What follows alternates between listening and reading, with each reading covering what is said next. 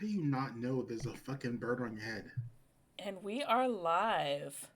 Hello, Hello. hello. I'm sorry, Hello. what? No, When you arrive midway in a conversation, you get just the one juicy part. like my YouTube wall is showing me a lot of weird shit lately.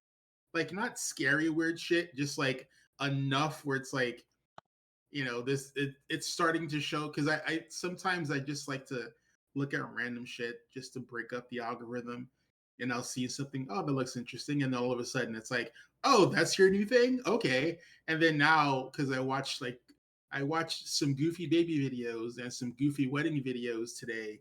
Now my wall has all these fucking weird ass baby videos and bridezilla videos, and there's the one that showed me where it's like there's a full-on bird on this lady's head, and she didn't feel it. Her husband had to swat it away. I'm like, how much product is in your head that you don't feel a bird land on it? When the weave is so thick, you don't feel the bird. It's like, and it wasn't like a little bird. It was like a fucking bird.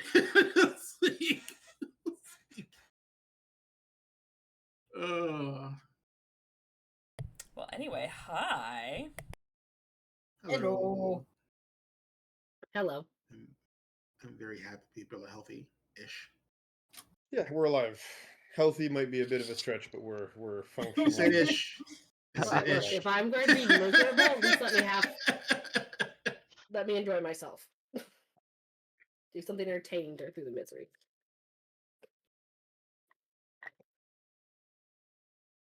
Okay, there we go. And even the ish might be a stretch for some of us.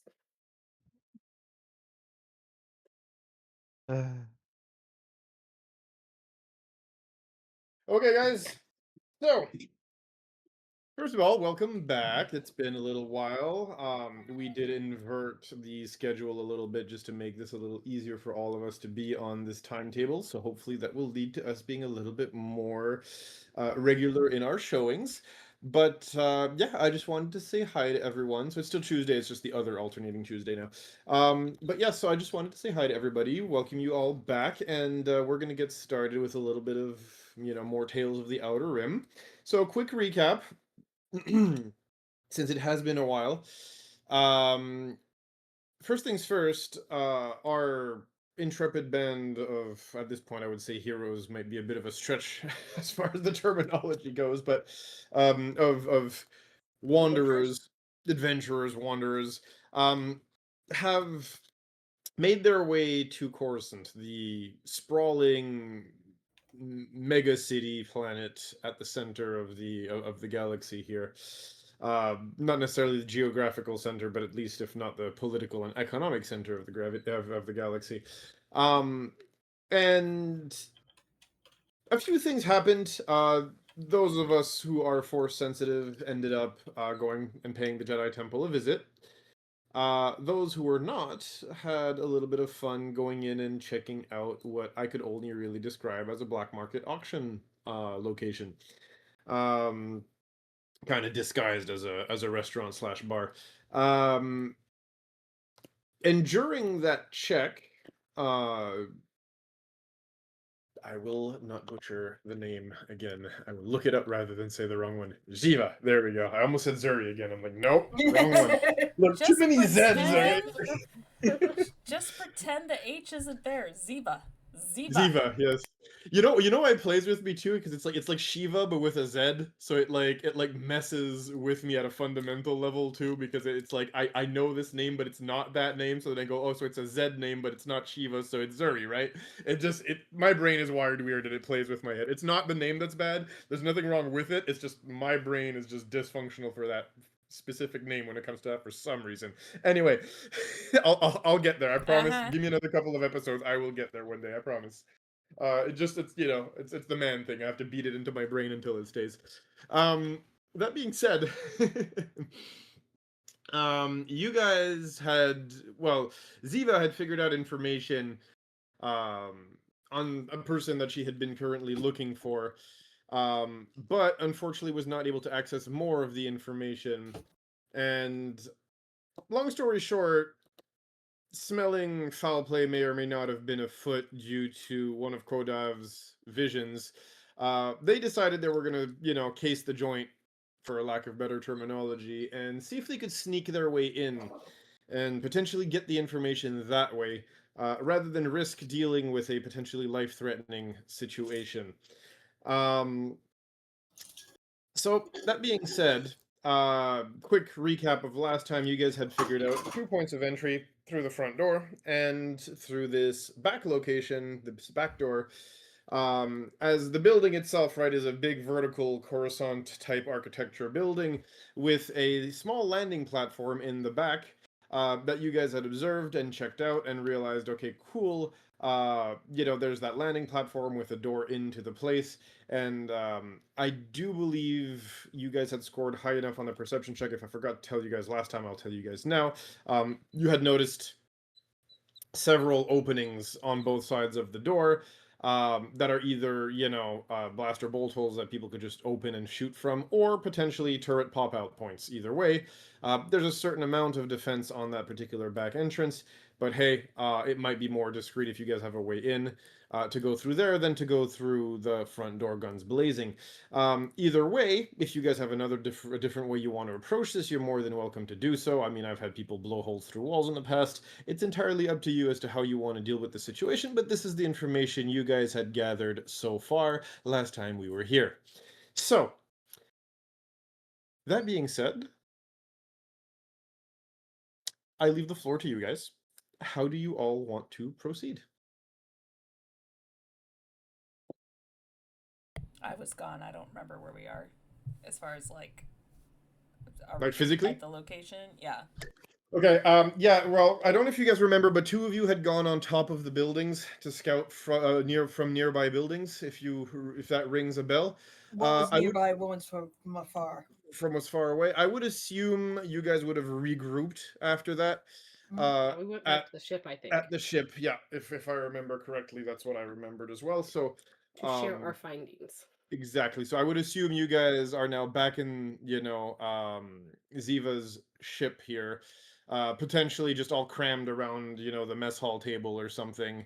I'm not gonna say, with the lights dimmed low and hologram in the middle, maybe not full edgelord mode, but you get the idea in the sense that, yeah, you guys have made yourselves your way back to the ship, and it's now time to figure out what you want to do and where you want to go from here.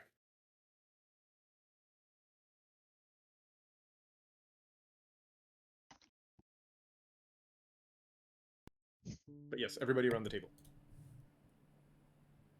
So what did you guys find?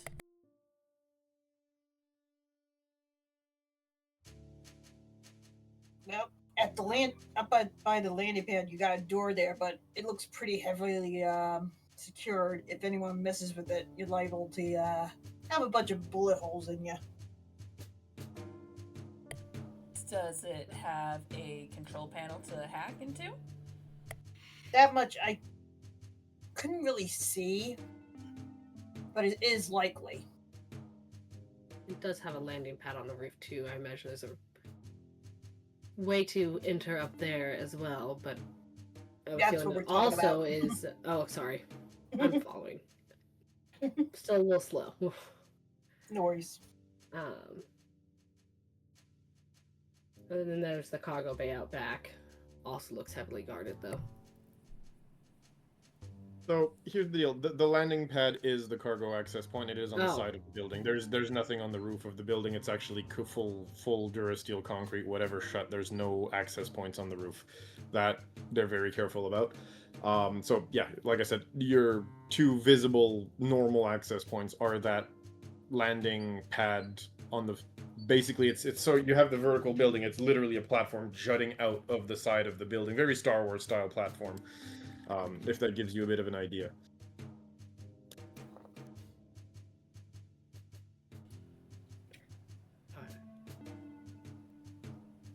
So yes, it's that, or the front door, or make your own entrance point, or something else, if you guys can think of something else. I mean, we were able to go through just going through the front door when we went into the place. Nothing wrong with that. I think we more just want to know what our options were. It's also good to know in case we need to make a quick exit. That is fair.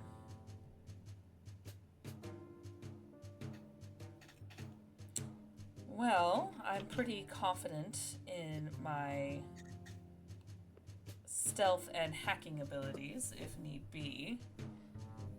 And I can hack about anything as well. We just need to know where exactly we're going on the inside of this building. Well, they directed us there earlier, so I know the way. It's in a back room. Yeah, but from there, where do we go after that? Well, that's why I need to get in. Gotta find that Play it by ear. information. Sound plan. They had a lot of How data very pads. How very seriously gonna let all of us in their back area? You need to figure out some sort of signal if you're in trouble. Well, if someone decides to stay on the outside to be a lookout, I do have a comm link that we can share to communicate. Can't those be jammed? If Give me a someone tech roll. knows how to use my comm link, it is my own personal link. You want me to make the check? I'm just guessing. I'm just asking. No, whoever cares about what he just said could give me a roll in that case. If you want to know more about that. There's not a ton of visible security inside, so if you see people starting to rush the place, that should be pretty much a sign. Could be a lot of electronic security, but at least from what I remember from being inside, there was not a lot of physical security. Yep. You were saying, Zoro? I was just getting my character sheet out. Wow. Okay. Nope. I don't know jack shit.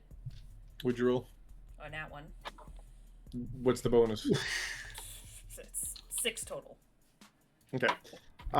Funny enough, this is actually fairly generic information. Even with the nat one, I can give it to you because this is legitimately like common knowledge in the Star Wars universe.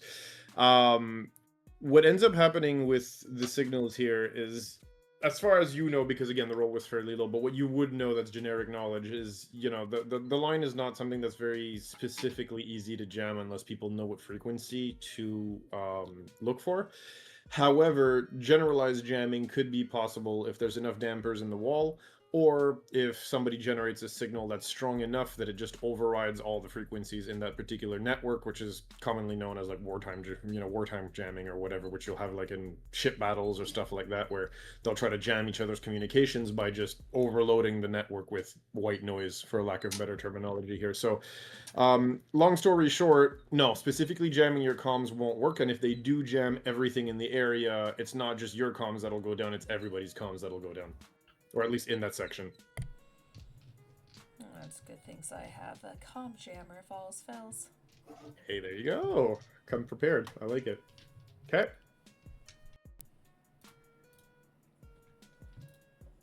So at least I have a comm link to communicate with someone who, if they want to hang out on the outdoors at least. Well, they'll probably want to deal with familiar faces.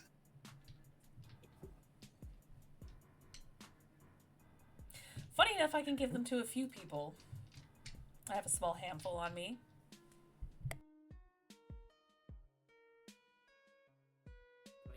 But we can sing it to the same frequencies.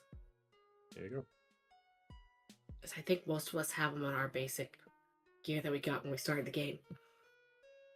You most probably would have. If it's not part of the basic pack. Mine are hands free. That's it. Well, you have the jammer too on top of that. That I'm I sure do. does Yeah. not come in the basic pack. It does not. I had to buy that. For sure, 100%. Yeah, that Okay. I bought one. I don't know. But the basic comlinks is like a basic cell phone. I'm pretty sure you all have one of those. But yeah, so all that to say, I'm assuming you guys make sure all of your comms are linked to the same channel or frequency or whatnot. We synchronize our watches. That's We basically it, do. right? We do. Thinking on it, if we have another form of communication that is not comms with two particular party members. Jesus. Yeah. That's if you bring Nixie close enough. What are you talking yes. about, Nixie? I mean, he could feel me all the way over at the At the doctor's academy. street. So Never mind, it's true. I forgot her range had grown since the last planet. I have a tracker for that, and I completely forgot that her range has been growing. Never mind. I said nothing. Okay, moving on. Ignore me. yeah, but that also means we have to tell the group. Yeah, no, that I don't think that's happening yet. We don't think that's happening yet. We aren't certain if we want to continue this this plan. Okay. So now the real question is, which way do you guys want to go for this? Oh, again, as long as there's a control panel. So considering that the back platform, you're not seeing any control panels for like the turrets or the blaster, the bolt holes or whatever, but there is a panel to open the door, obviously, right? If you want to Yes. access the door, you got to get in. There has to be a control panel of some form to open the door. So yes, there is a control panel there. But it's a door control panel. It's not like a full computer, like access the turrets control panel. Well, that's fine if the control panel thinks that someone has authorization to get in. There you go. Yes, but there is a panel. Yes, you're not going up to a smooth wall going knock knock. Can I come in? There is an access point. Yeah. I'll give you guys that much. You could have seen that from where you guys were observing. Okay.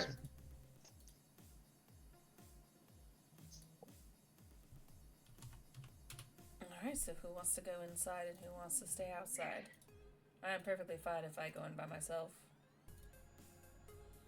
Usually more useful closer to where the action is, so I'll join you. I trend towards the front line personally. You're gonna have to do something about looking less Jedi-like, though. Short apple chuckle. Any mud around? I could smear myself in mud. That's what usually people think works. It's the clothes. Just close. Honestly, Kodav's clothes even call it. Am I hearing, fashion shopping spree before the heist? Oh, God. Kodav wears more of casual scrubs. He doesn't. I've seen the picture. It's screams Jedi. Hey, I have nothing to do with how Zoro interprets my description. Actually, you have everything to do with how Zoro. That's exactly how you interprets your described it to description. me. I was about to say, Yeah. you have everything to do with how Zoro interprets your description. Unless Nice you try, say sir. do whatever the fuck you want. Right? Which I do Objection, on a Your Honor. regular basis. At which point you've given over creative control to Zoro, and you still eat what you get, bro. So But yes. I will say once again, I've seen the picture. It screams Right. Jedi. Not as badly as Ordus, but it does scream Jedi. At least Force sensitive, maybe not Jedi, but at least Force sensitive, yeah. Okay, so yeah, this is my question. Are we going for a little shopping spree then and revamping your costumes right before the heist, at least to blend in with society a bit more, or are you going in there looking like a Jedi and screw whatever people think? I mean, I have a cloak. Oh yes, But I mean- yes. Put a cloak over robes, that screams less Jedi, obviously. So we're going full Obi-Wan. Got it. Every dark Jedi out there. Ah, yes, our uniform. But yes, sorry. Sorry. Look, I'm not trying to be an ass here, but let's be real for a minute. You might want to ditch the stereotypical clothing, bro. That's like walking into the hood with baggy sweatpants and going, that's not my uniform. Anyway, I'm kidding, but you get what I'm saying. Like, let's be honest for a minute. All right. Sorry. I guess Nibble will also go inside because he may have some abilities that might be useful. Okay. So what I'm hearing is you're all going inside. Are we Got just it. all going inside? That's what I'm Fuck hearing it, we've so all. far. I think we're just all going in. All right. Excellent. I mean, there is a functioning bar on the top level, correct? Well, it's more like through the front. So when you go through the front, it's like a bar / restaurant. Yes, which, if you remember, that's where they have the data pads, and there's like a secret menu on the data pad where you can order a dresser at a certain height with a certain color wood and whatever. No, I'm kidding. But yes, that's where they basically hide all their secret shady dealings, basically, if that makes sense. I mean, I'll wait in the bar and just try to look inconspicuous in a corner. That works. But we gotta get in first, so it's probably. Well, that's the other question too. Are you going on the business hours? Or are you going after business hours? After. There's a few things to consider, right? So if you're going After. after the business hours, sitting conspicuously in the front section where there's technically nobody because it's no longer business hours, does not really add anything. You're not really blending in. You know what I mean? If this was supposed to be like middle of the night after hours sort of thing, I ain't doing it midday when people are there. It's too many eyes.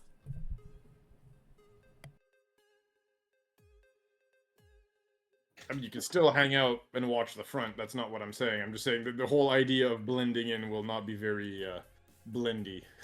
And that's if you're going at that time of day.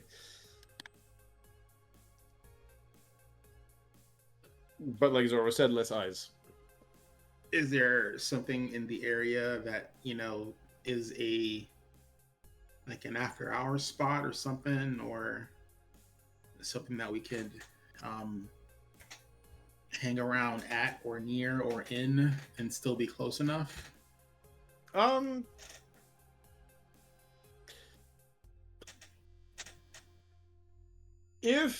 Sorry, I'm doing math. If you go, there is a nearby spot that's like a bit more like of a coffee diner type place that would be open like all hours, 24/7 type deal. But getting from there to that building in the case of a potential emergency would probably take you guys, if you're sprinting and going as fast as you can, maybe 15 to 20 something seconds. So if you're looking, a good 20 seconds. So like across the street. Yeah, but it's still like a good 3-4 rounds if ever shit hits the fan. So you're still gonna have to take that into consideration if that's how you guys want to do things. I mean, I'd rather that than be picked as a mark, and then below the whole thing, from the get go. Oh, 100%. I'm just saying, there's that, and then if you are entering through the front, you got to make sure that access point is accessible, because if it's after hours and everything is locked and shut down, you're gonna have to get through that to go in as well. Yeah, that's fine. I'm just letting you know. Just as long as you think this through properly, that's fine. I just go like I'll hang it over there. Okay. So my Jedi cooties doesn't give me away. Okay. Yeah, I will be right back as my bladder is attacking me. Okay. So, Az has picked his position in the diner across the street from your current intended marked location. What about the rest of you?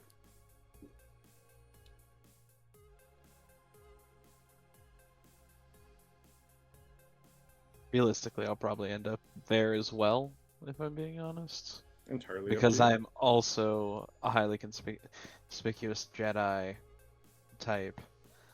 Like maybe I'll find like a different cloak that's a bit like lower quality to kind of hide the cooties.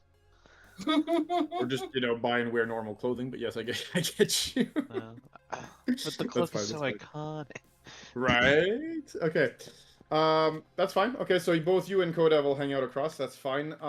As for the rest of you, non and with your spirit types, where are you guys going? I mean, I'm planning on going at night, so if it's like middle of the day, I'm just probably gonna grab some random ass materials and shit and kill time before night falls. Yes, I meant more with regards to were you thinking of going through the front or the back? Front door or back door? Yes, there was a joke there. Probably. Sorry. Yes? I'm trying to remember how many cameras did I see when we went into that back room? The last time, like when you went Yeah. in through the Yeah. back room, at least two Yeah. that I can think of off the top of my head. I'll check the map. There might be a third one, but at least two. Okay. Do I know if comm links or my jammer can do cameras as well, or is it specifically No, it is specifically for comms. Okay. Especially I because those cameras are wired in, so unless if the cameras were wireless, I'd say sure. But in that type of places, cameras are typically wired in. You will not be jamming them with a comlink jammer. Okay. I do have an ability called invisible to cameras. Correct. You will not be seen by cameras if you're using the ability. So that lasts about a minute. So if anything, I could try to find the security room and disable all the cameras. That is a possibility. Yeah, that could definitely work. I will say this: there's at least one camera on both the front and the back entrances, so that's going to be something you're going to want to probably do regardless. Move. Oh, the outside ones are easier. Yeah. Even just breaking them still solves the problem. Mm-hmm. I have ways to do that, at least to take out the cameras out front. Okay.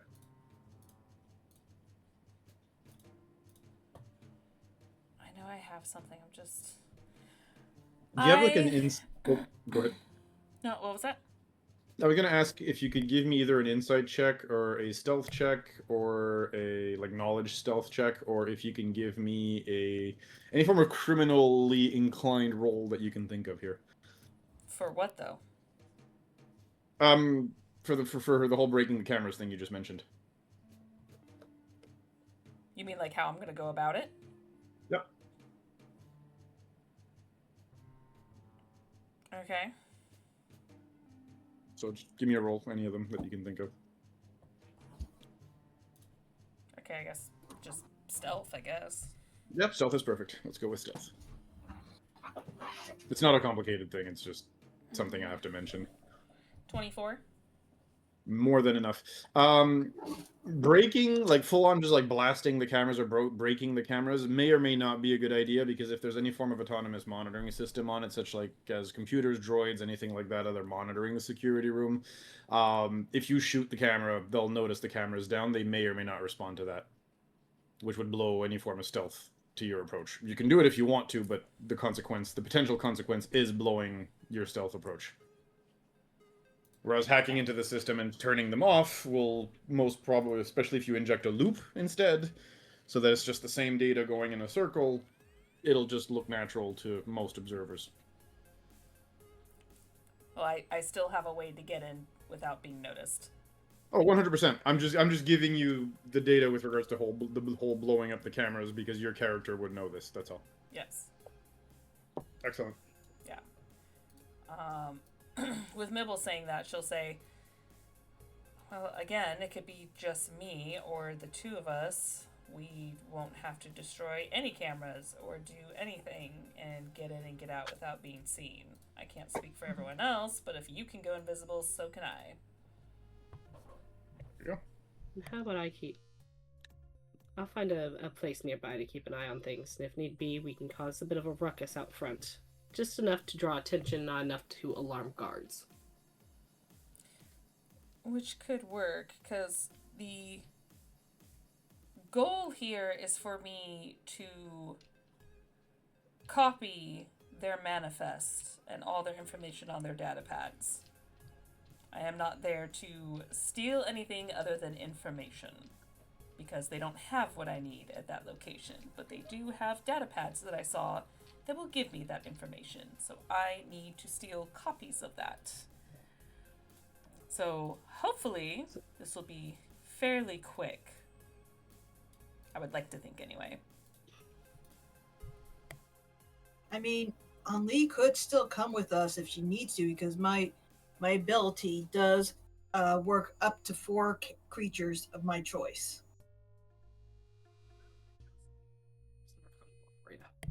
100% Feel like we need passers out muscle of choice. in there. I'm going to be absolutely no help in stealing shit or figuring out all that tech shit. Feel like you need someone with muscle? I'm there. If not, I will go out. I can stay outside to cause a ruckus if you guys need a way to get out cleanly. I mean, if nothing else, if something goes down, which I don't imagine it would be nice to have extra firepower, but we are on quite the timer if it only lasts a minute to get in and out. So if anything, I suggest you staying by the door unless you feel pretty confident in your speed to at least be a lookout by it. Usually pretty quick if need be. Quicker than the average person. Lookout also works well. I have an ability to... I have very good eyes. Do you have special eyes? No, just good ones. Oh, okay. In before, that's also a Miraluka in disguise. Stop it! Again. Sorry.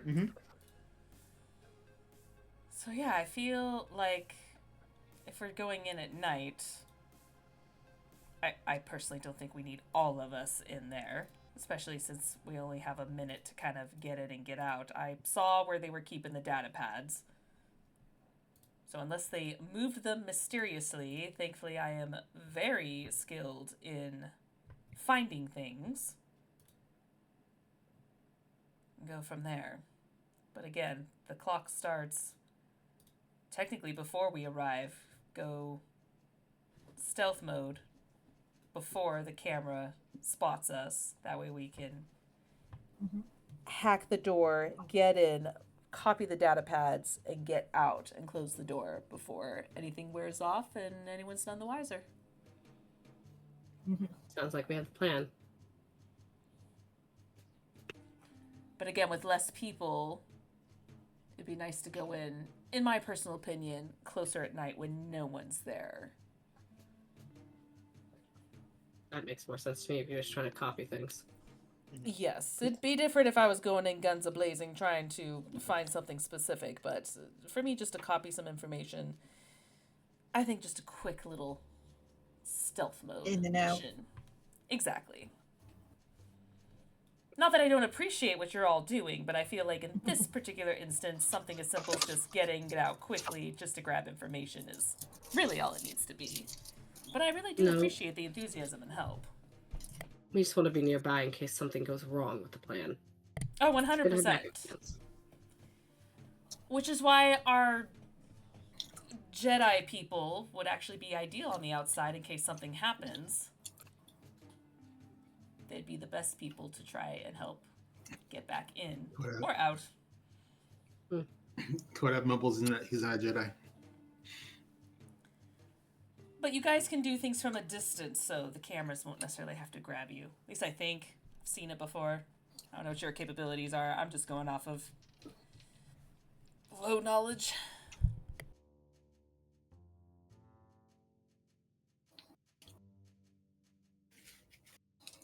So it sounds like just in case I may go shopping since we have a little bit of time to kill to see if I can, just for fun, just find a normal jammer for cameras and the like. I think that'd be very useful to find in my tool set. Won't need it for tonight's mission, but it's nice to have one for future stealth ops. Okay. Does anybody else want to go anywhere or do anything aside from this? I think I got most of what I wanted the last session. Okay.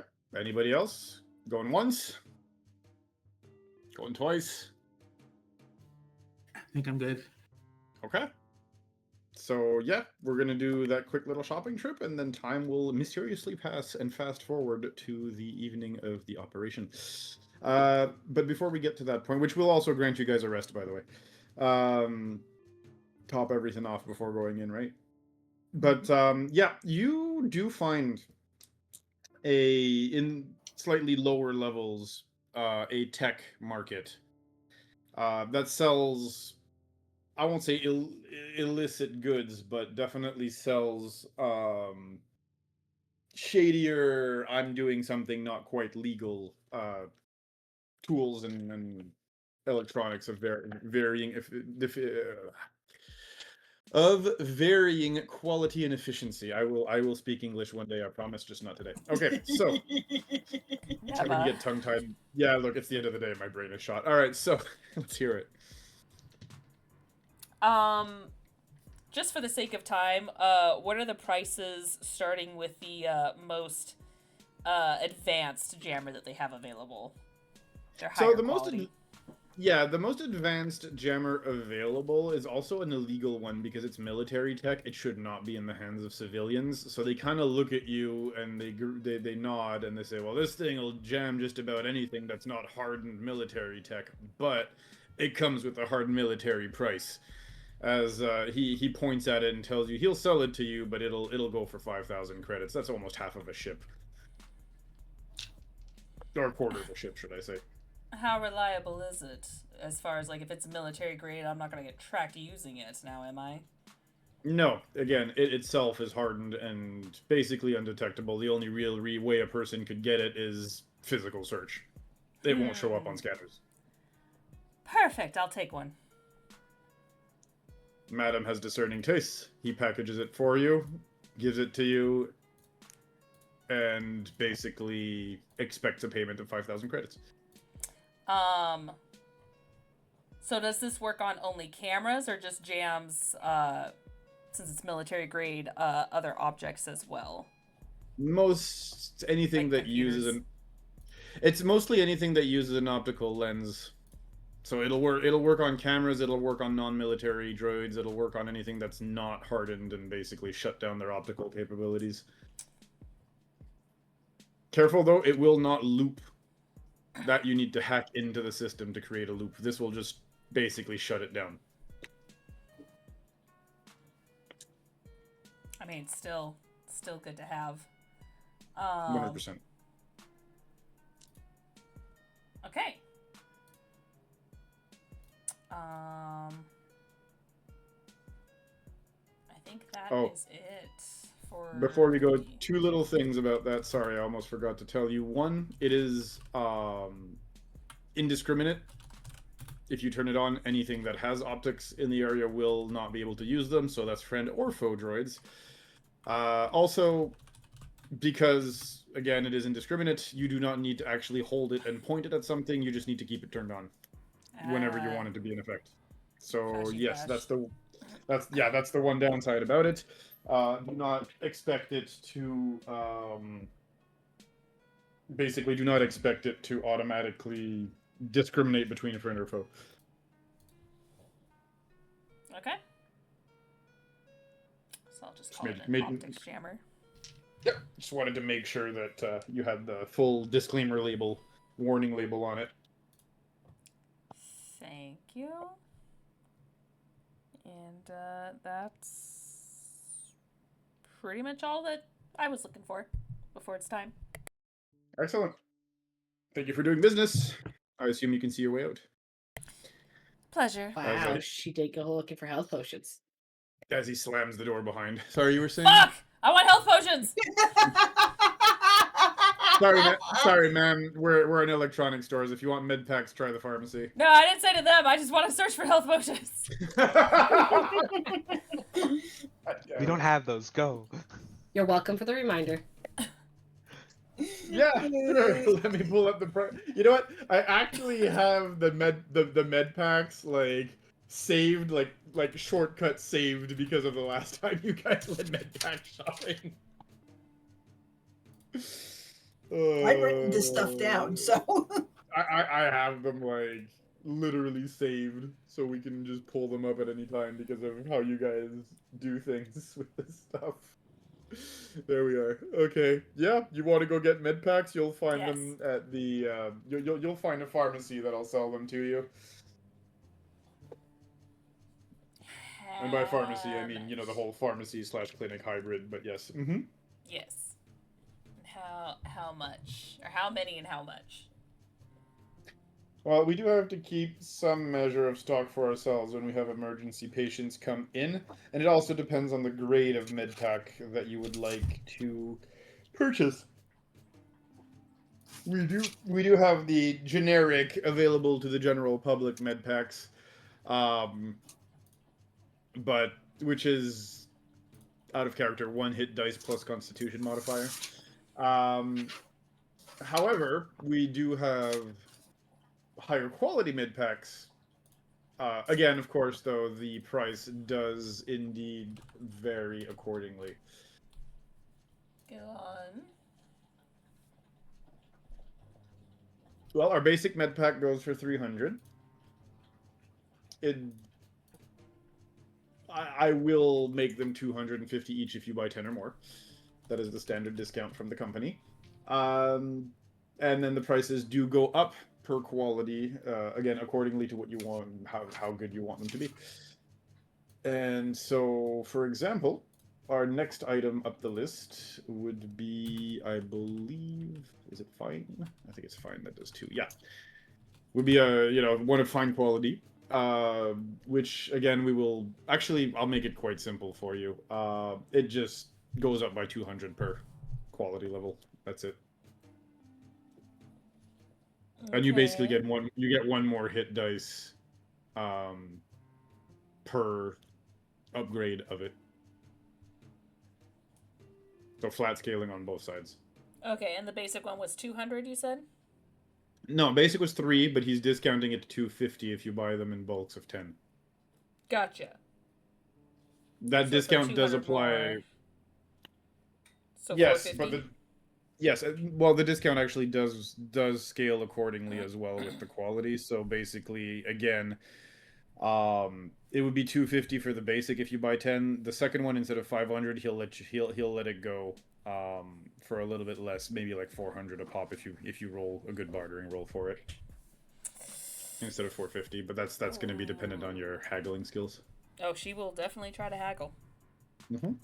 And we do have one more that allows for 3 hit dice, but that one is, I believe, whoops, I accidentally here, 1 sec. It's the improved one, isn't it? The one after fine, I believe, is superior. No, is improved. Correct. That is the third. That is the triple one. Yes, that is correct. Okay. Which is 3 hit dice. That is correct, and that one will be sold for again, provided you only buy one, it'll be 700, and you may or may not be able to discount them to something like 600, 550, depending again on how good your roll is. Well, let's give it a shot. Let's see. Well, which ones are you buying and in which? Oh, the second grade, the fine one. Yep, the 2 hit dice plus. Yep, that's fine. Yeah. It's not terrible. 17. Okay, yeah, no, he'll sell them to you for 17. He'll sell them to you for 400. Yes, I'll take the bulk of 10. Okay, so yeah, that's 4,000 credits, please. Ah! Miss Moneybags over here. 9,000 credits spent total well, in 1 day. Jeez, here's the thing. Remember, y'all paid me for the trip over, so True. I got some money. So technically, y'all are the money bags.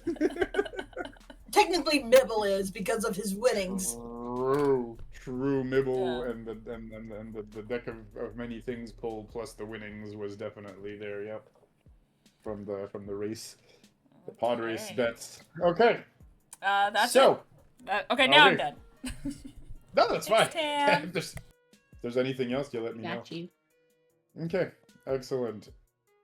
So, I am just going to go over this to be clear and to make sure things go accordingly.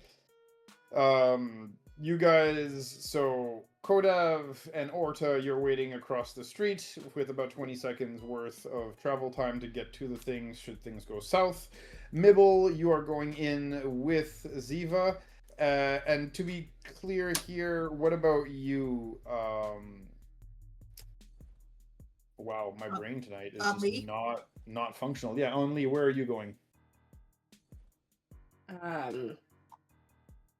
Didn't really sound like Ziva wanted her to go in, so she's gonna be somewhere. She's gonna find a place where it's gonna be inconspicuous to kind of loiter around, where it's fairly close to the front door. Okay. Hopefully out of range camera. Okay. That works. And she will probably like go grab like a equivalent of like a brown bag with a bottle in it to sit on like the sidewalk or something with. Have a drink. Kind of look like a deadbeat. Mm-hmm. Okay. So we shall go from there. Just give me 1 second. It's here. I'm moving the party, the tokens of the party in the right positions and everything. And just to be sure, Mibble and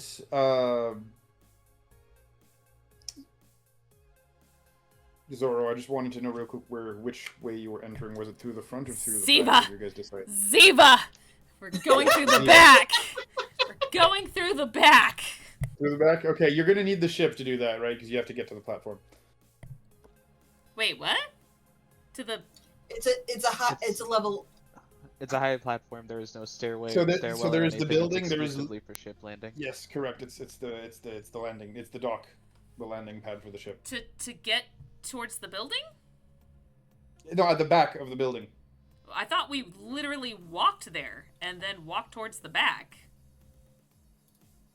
She's going in the front door through the thing. Oh, so you are back. going through the front then, not through the back. That You're going through the is- front and into the building. Okay, that's fine. You You're made good. it That's sound like there was through a the front. back door to this building, so that's There's what I a- thought there's you a were talking landing- about. It's a fire. There's a freight landing platform that has a door, two cameras, and multiple turret / blaster bolt holes in the back. Correct.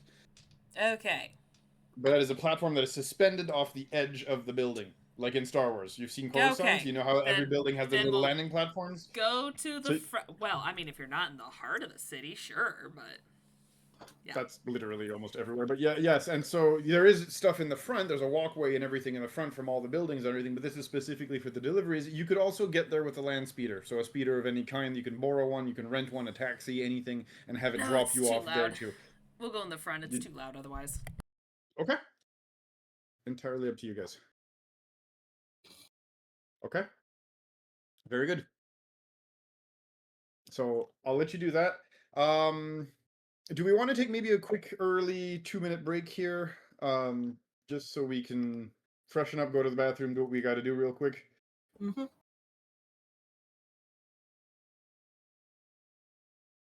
Sounds good. If Fine by possible. me. I'm okay with that. Okay. All right. Let's just do that. We'll be back in 5 to 10, guys.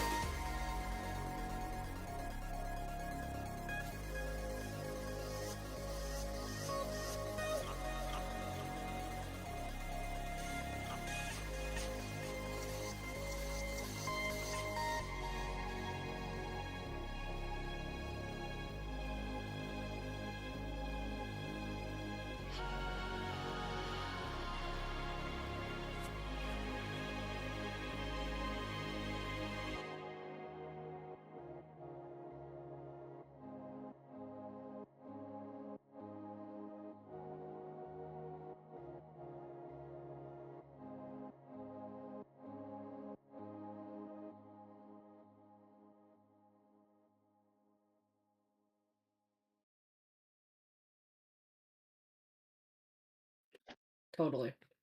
And we are That's right. back. I don't have Gucci Oh, bags hello. going otherwise. Hey Hello. guys, we're back. Okay, so we have refilled the drink cups and we are good to go. So, you guys, well, loitered around until Ziva here was, see, I got the name right. Ziva here was done doing her shopping.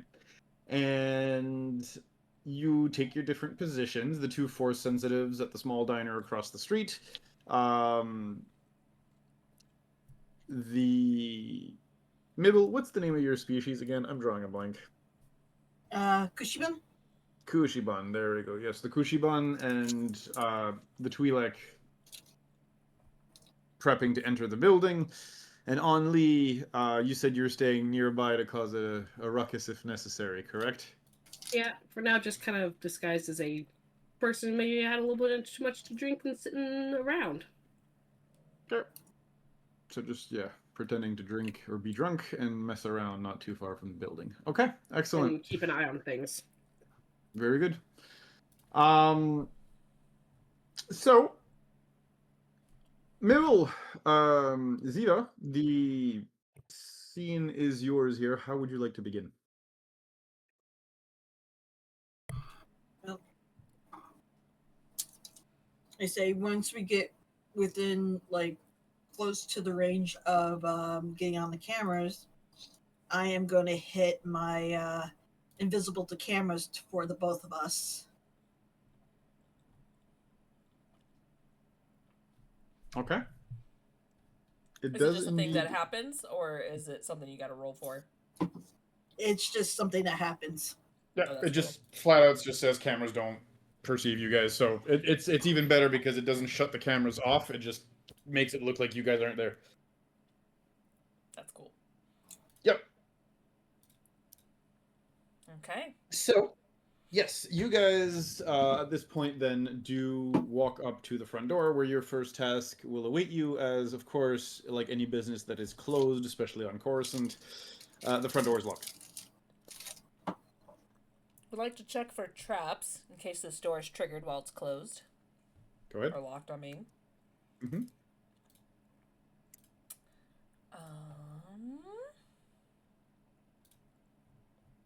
Oh, my whole thing closed. That is weird. Give me a second. Most unfortunate. Let me reopen my sheet. There we go. Okay. Oh god, it's been forever since I played a rogue.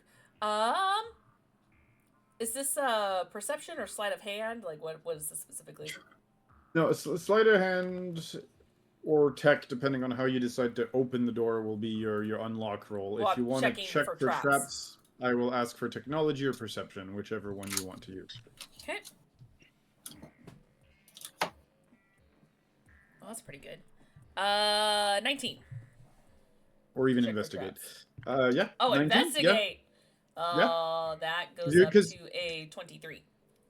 My logic behind investigate is you're looking for something specific, whereas perception is just like, do I see anything in my environment? But if you're specifically looking for something, I will allow investigate, since you said specifically traps. So you said 23? Yep. Okay. No, there doesn't seem to be any traps on the front door. Plus, your instincts tell you that, logically speaking, putting a trap on the front door would probably cause more harm than anything else if a rando just tried to open the door, not realizing they were closed for the day and got his head blasted off. So, no, there's no traps on the front door. All right. Well, I don't know if I want to do everything. If you want to give it a go to hacking, You want me to hack? let's see it. All right. Do I find any kind of panel around the door to hack? Yes, this is Star Wars. There's no keyholes unless it's an old tech, but this is Coruscant. It's all panels. That's how you trip everyone up in the sci-fi. Get a padlock. Well, the padlock would be more on a place like Tatooine or something. You know what I'm saying? Some place that's more poor or low tech. But here you're on Coruscant. Unless you're in the lower levels, you're not going to bump into a padlock. I was making a joke, but thank you. I'm just saying it applies. Good point, but it applies. 31 tech. Okay. Yeah. No, you pop that thing like it's a joke. Funny enough, though, this place is still better defended than your average lock that you've popped recently, like compared to the other locks you've popped recently. Okay. Since we're technically invisible, we can't see each other. But me and No, Nibble were. we can't be seen on cams. Everything else can see us, but Oh not shit! Okay. cameras. Yeah. All right. Never mind. Then. Purely cams. Yeah. That is awesome. All right. Yeah. Then. Yeah. Ziva will just whisper to Mibble and go, "Follow me." As All right. I will very Ladies first. quickly and quietly take her to the back room. Okay. You get to that back room where the piles of data pads were and everything, and you can see it's still the same back rooms with all the data pads and all the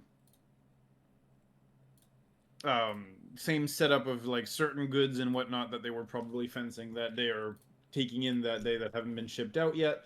But one way or another, this back room is currently deserted. There's another door at the end of the back room that you hadn't noticed last time, and the reason why is because it seems like a good chunk of the wall is now down. Like there's a movable wall, if you will, with a door behind it. But that today is not pulled up, probably because it's after hours and they were probably moving some stuff around before they shut down for the evening. That being said, the data pads are there. And it's up to you guys as to what you want to do with that. Well, very much curious, but first things first. She does have a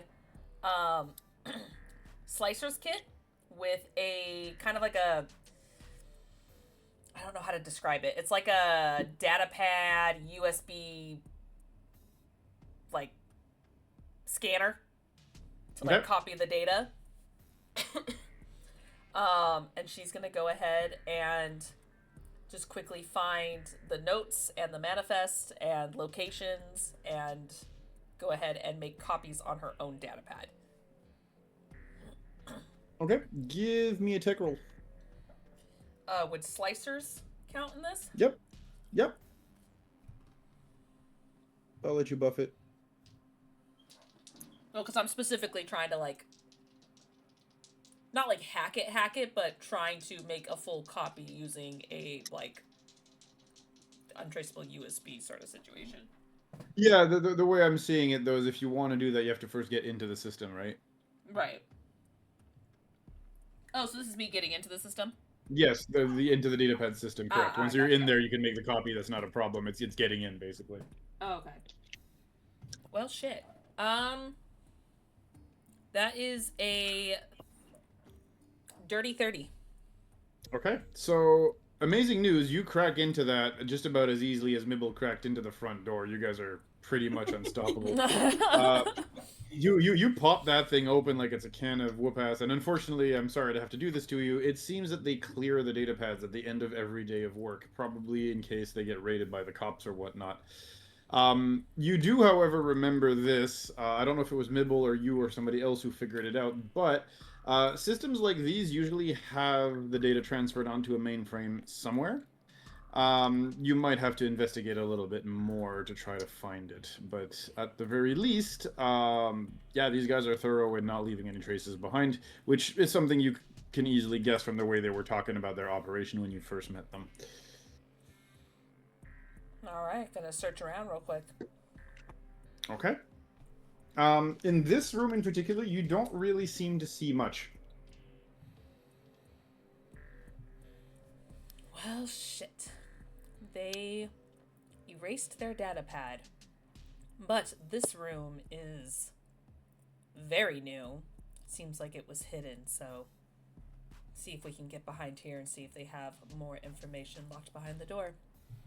Okay. I think I would have to pop my ability for invisibility to cameras again. Okay.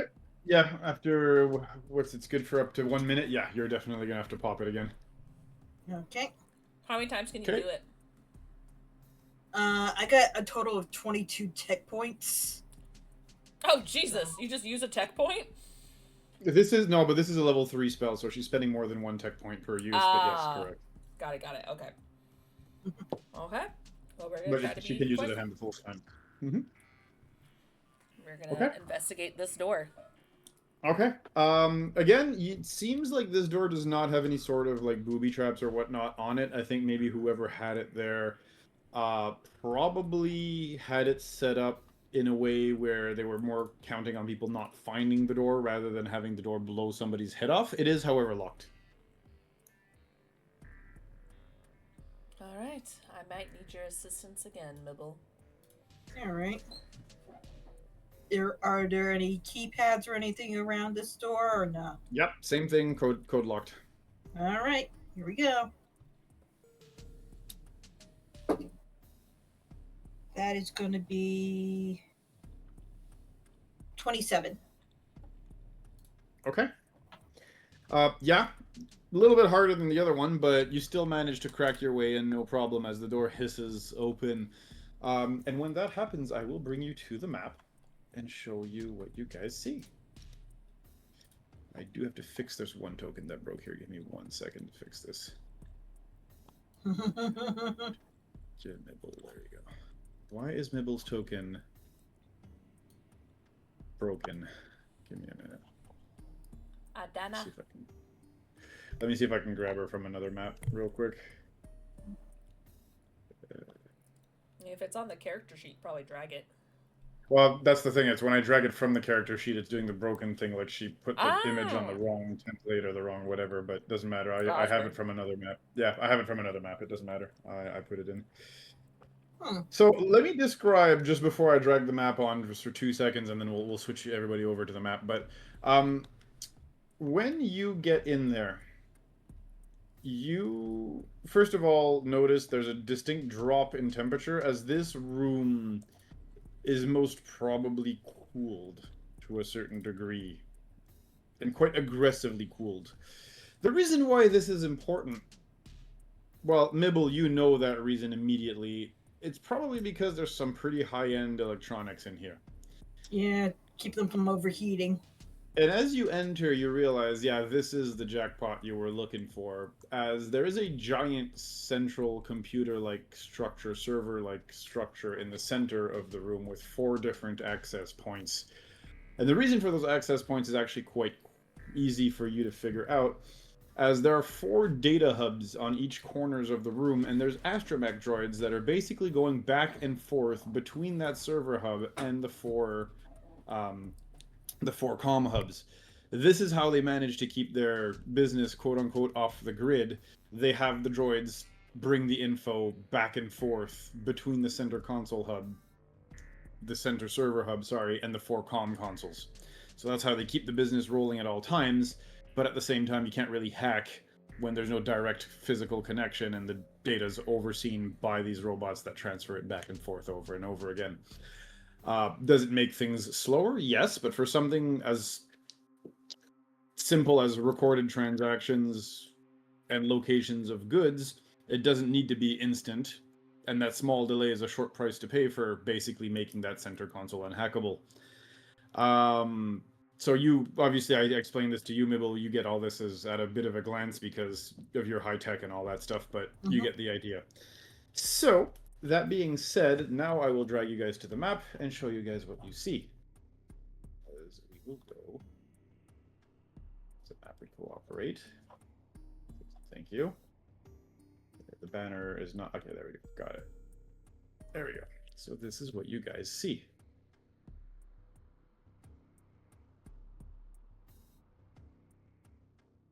Bootleg R2D2?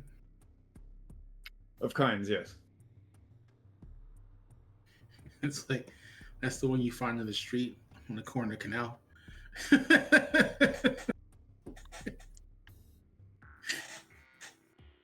Okay. Oh gosh, I have to zoom out really far. Jeez. Okay. It's a fairly big map, sorry about that. Big ass map. Okay. Yep. Okay. Real quick, are there cameras that we saw that is either pointing at this door in either direction, and if so, is there a place to kind of be shielded from the cameras? So here's the fun tidbit. Beyond where you are, you can't really tell, because the only light that is in the room right now is coming from the open door frame that you guys are standing in.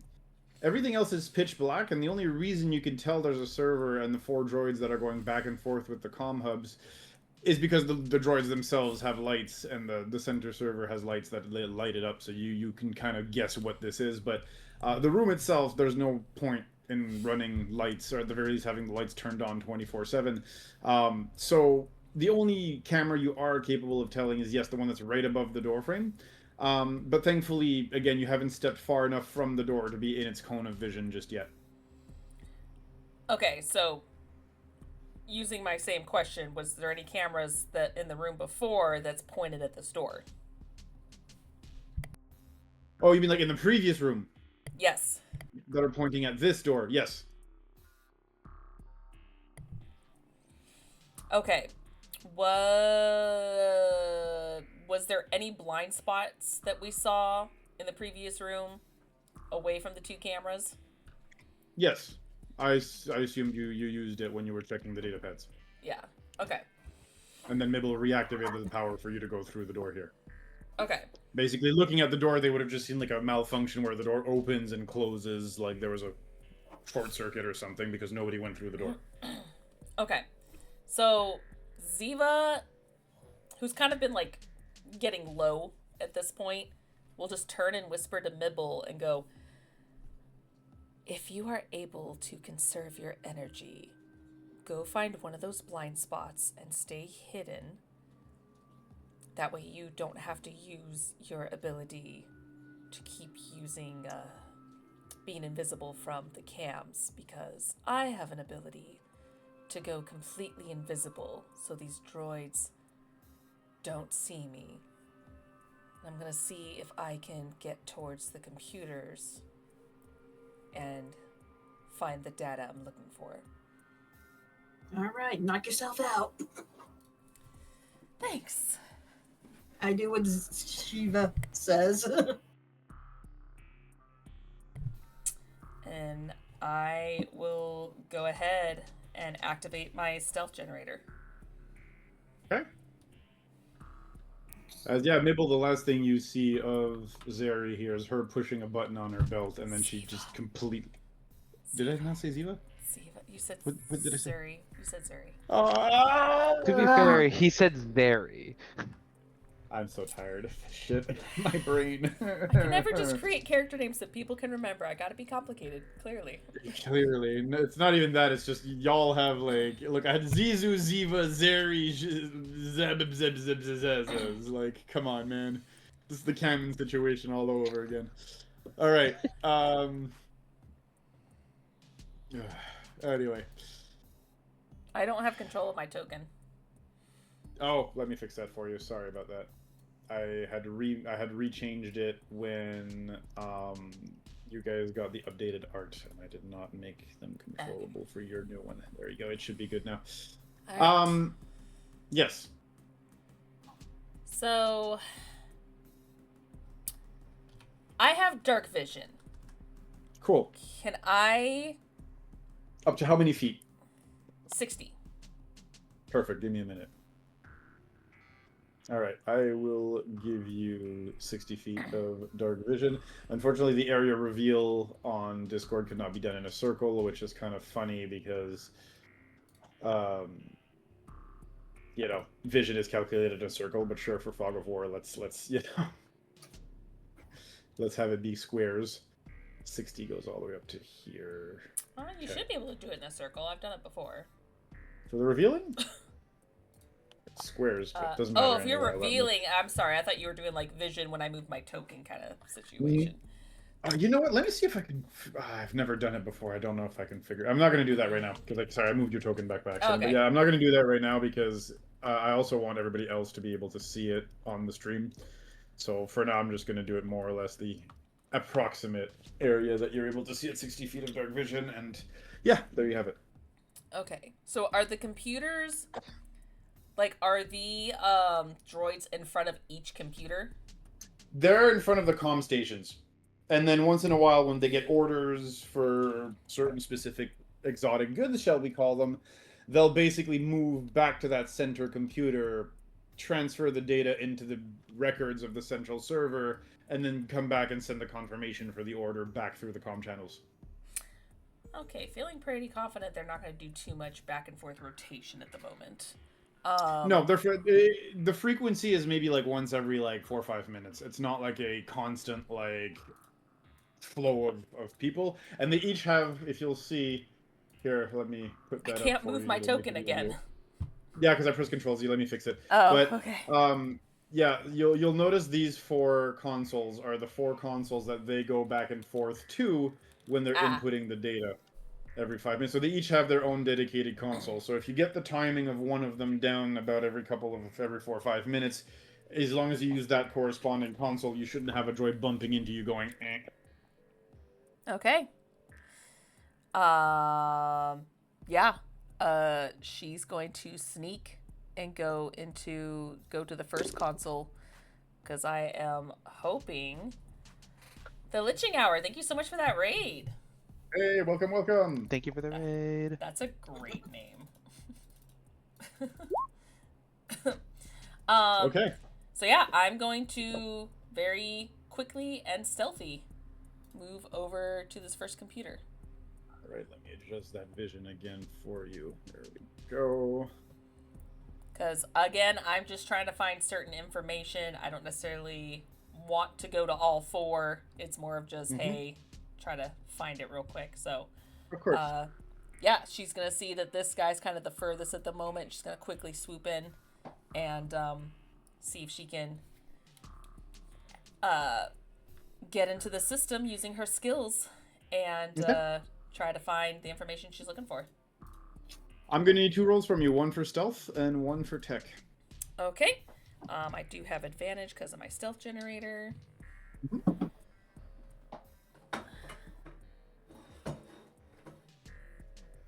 Let's see here. Wow. Okay. Double 11s, which is 22. No. 23. Okay. Very good. And then you said a tech roll? Yes, please. Or can I use my slicing? I mean, you can you mean the slicing tools? Yes. Since I'm trying to kind of get to a specific... Try to find the specific information off this computer. Yeah, give me 1 second for that. I'll confirm real quick. Here you go. 1 sec here. Equipment tools. I'm just trying to remember how these work here. For me, it just says Tools. intelligence roll. Okay, so it's just you roll it off of intelligence, then yeah, that's fine. Yeah. Go right ahead. Oh, that scared me. Okay. That is a dirty 20. Okay.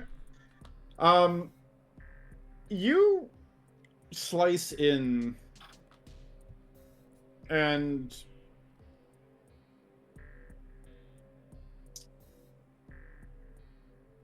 you make it like past the initial firewall, the initial passcode and everything, and you make it into the viscera, for a lack of better terminology, of the server banks here. Oh my god, I'm so sorry. I was looking off of my tech. You said slicers. That's actually 26. My bad. Okay, that's fine. You still make it past all of those initial backups and systems, and you do find root access to the library of the data that's in the system, and you're capable at this point of extracting and pinpointing and extracting specific data here, but so you'll find the data that you were looking for, and you will manage to put it onto your data pad. Okay. However, as this happens, you will hear a voice coming from the server banks itself, as the system says,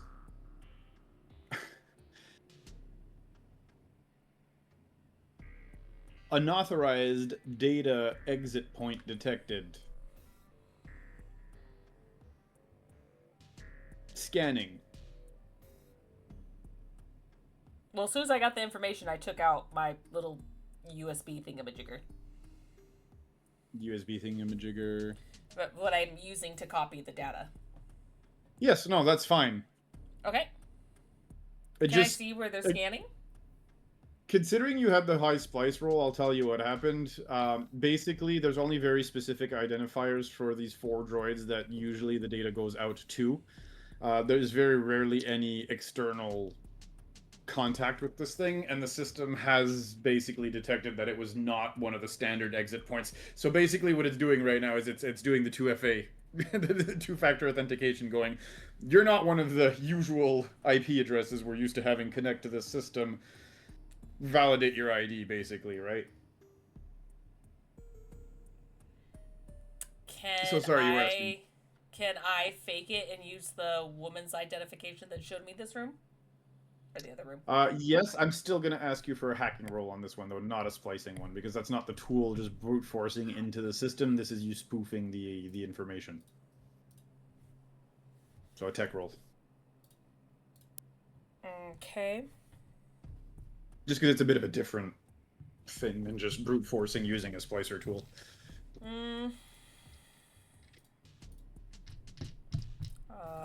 Let me think a second.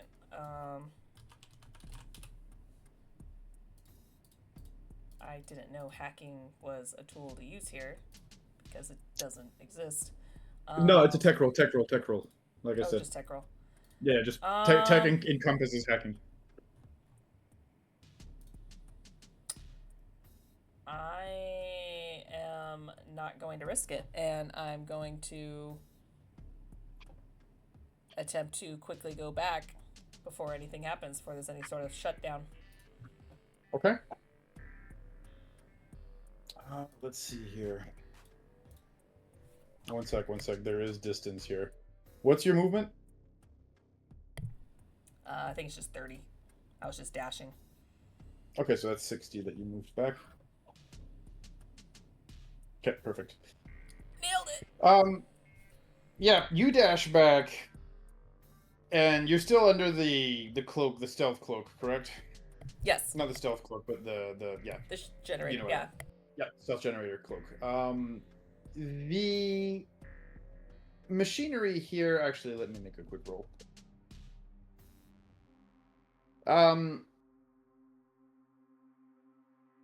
The machinery here will simply say connection interrupted. Scanning. User not found. Scanning external perimeter. User not found. Yeah, as they're talking, I'm running. Yeah, I know. And just as you get to that door, you go to pull and open it, and it is locked.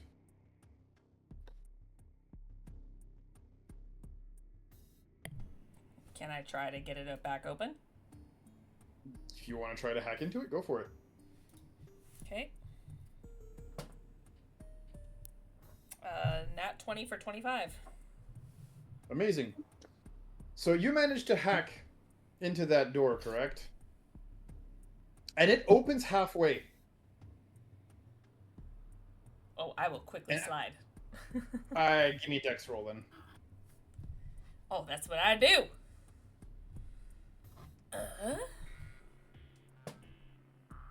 This is just straight up dex. What's my dex? 18. I'll allow like an acrobatics as well, actually, if you want to like fancy slide under the door or on this, fancy slide into the door. Oh, in that case, a dirty 20. Very nice. So you managed to slide through the door, right? And thankfully, because the door slams right behind you once again, then you just hear through the building's PA system, unauthorized entry detected. Initiating lockdown, building lockdown procedures. So thankfully you made it out of this particular map. The particular map that you were in, but you're still stuck in a building right now. As red lights start to illuminate the interior of the building, all the external doors shut down, all of the windows, which already, as you've already checked when you were here casing the joint, you already know that this was, those windows were basically Starship grade viewport windows, but on top of that, there's now an extra layer of Durasteel shutters that just slams down and locks down the entire building. Using my comm, because I don't want to shout across the camp or anything like that, just using my comm to nibble and go by like, all right, might go into stealth mode. We gotta go and hack our way out of here. I'll explain later. And try to make our way back and try to see if we can get out. Okay. So you guys navigate your way back to that front door. Mibble, I'm assuming you're still using the whole invisible to cameras thing? Yep, I just did another hit on that. Okay, perfect. You make it back to the door, and I'm assuming you're attempting to hack your way out? Yep. Give me the roll.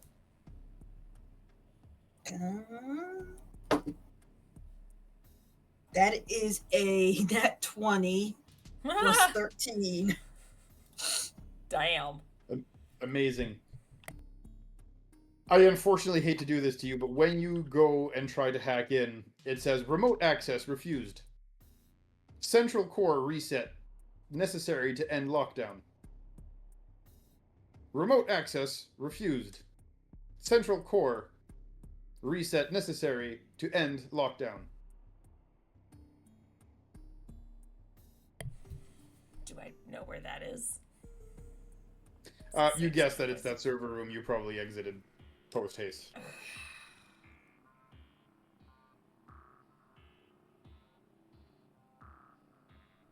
question is, can we? I will quickly run back and try to hack through the door again. Okay. Before that happens, I'll come back to you guys in 1 second. Okay. The rest of you, Only, you're outside. You Yeah. see all the metal shutters around the building's windows and viewports just slam down and lock the whole place down. She's gonna type a message to fuck that shit. Order will just hear coming from Only with a touch of concern of the building just locked down. Orta, see. you hive You mind see. receive that message, yes. It seems we will need to be at the ready then. I turn to Kodav and because the diner that we're in is still close enough to be within line of sight of the building, correct? Correct. Yeah. So I point out point out that it seems like they're going into lockdown. Like it seems we need to be ready for company. Kodav sighs. He's like, all right. He starts making his way to the front door.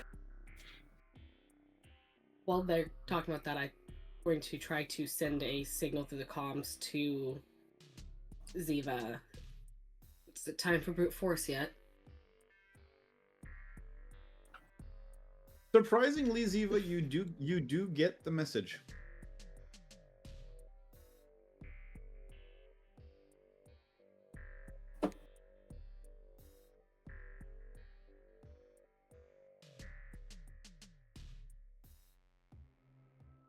Did she step away?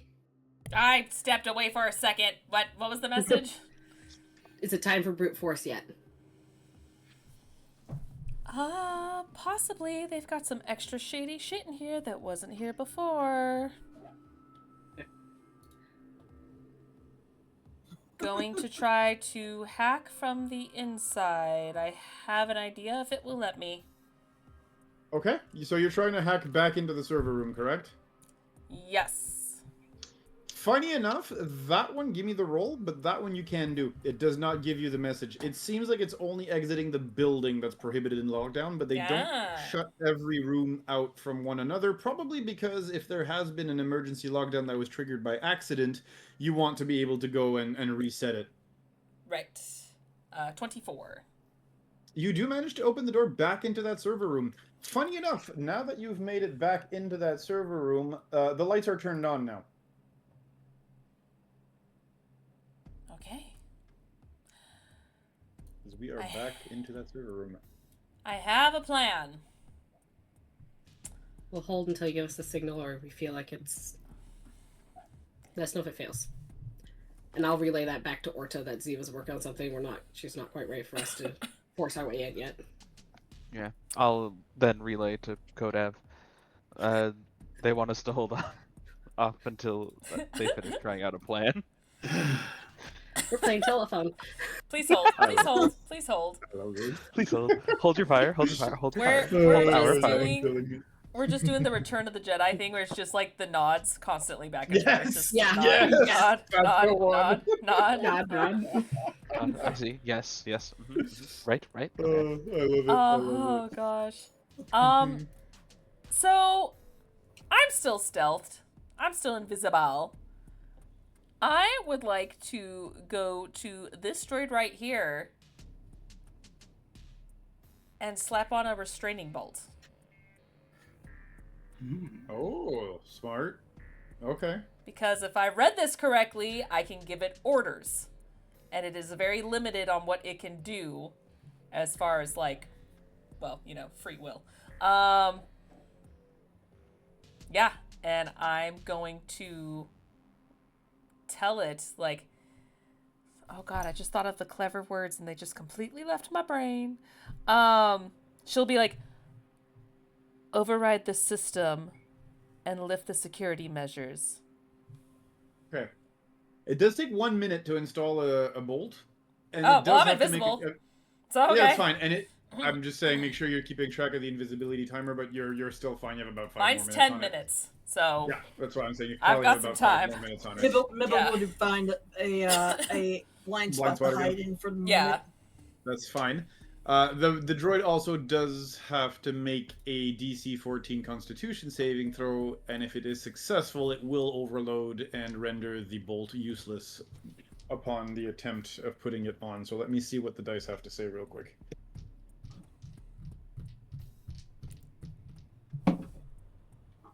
You are successful in installing the bolt. Oh, thank God. Okay. Okay, so once I see that line's kind of like lighting up green, because sure, why not? I'm then gonna tell it to lift the security measures and override the system to let us out. So you tell it to override the system and let you out. When that happens, you'll hear two things. Again, from that central server, you hear unauthorized user detected. Unauthorized voice pattern, unrecognized voice pattern detected. The droid that you slap the restraining bolt on will start doing the well, you know the whole R2D2 thing when it gets zapped and it makes that high-pitched sound and the head starts to spin on itself and there's smoke coming out of it? It's gonna do that and basically fall keel over, essentially knocked out, dead. As again, from that central server, you hear the voice which says, scanning, unable to find source of voice pattern. Scanning, user not found. Compiling. Looking for solution. It seems like you have a little bit of time before this thing starts finding some form of countermeasure. How do you choose to use that time? I'm gonna hack it. I'll take the bolt off and hack it. Okay, so you're trying to hack the central server now? Yeah. Okay. Give me the roll.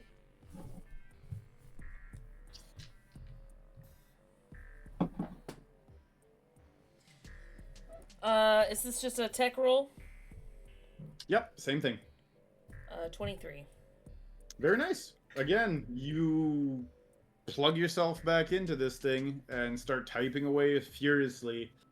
Trying to go back to my original plan, trying to use like that person's code or whatever, that one woman.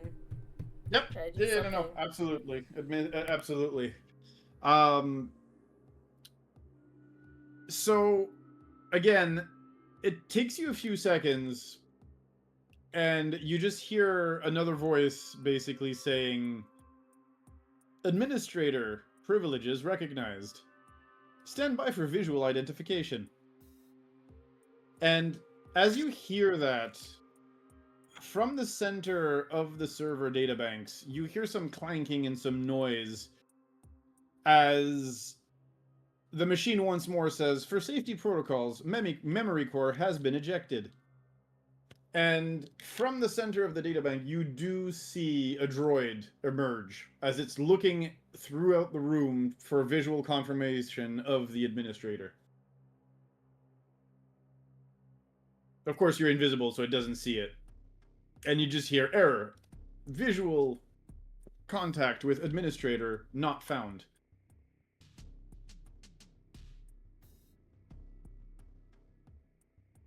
Okay, well, I don't know what to do, so I'm just gonna message the other saying, sure, use brute voice. Give me 1 sec. Because there is one more thing that happens. Sorry, you just kind of cut me a little quick. It then goes...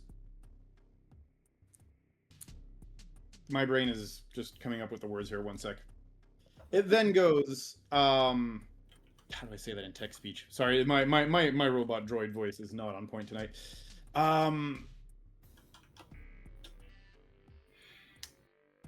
Right, there we go. Calculating possibility of authorities raid. Inconclusive. Administrator not detected.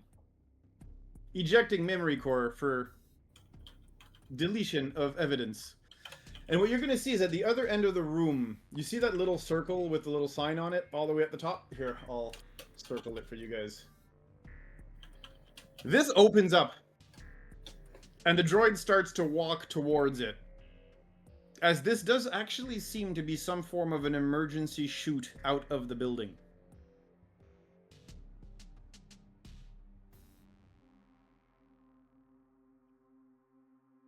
As What do you mean, clearly like a this is... chute? So you remember Empire Strikes Back? Yes. Where they were on Cloud City? When Luke throws himself down and he gets kind of swept into this, like, chute, for a lack of better terminology, that just basically slides him out of the building? Yeah. Same basic idea. Into open air. Yeah, you don't know where the chute goes, but it is a way for them to evacuate the data out of the building, probably in the event of a police raid. Again, the whole operation, as you've guessed earlier, is made to be mobile and compartmentalized even on the data side of things. And this is clearly their, okay, well, we can't tell what this is, so we're going to get the data out just to be on the safe side. Also, this data is super important to them. So putting 2 and 2 together, again, I'm going off of your intelligence score here. Putting 2 and 2 together here, you can probably guess that this thing is not going to throw itself off the edge and die.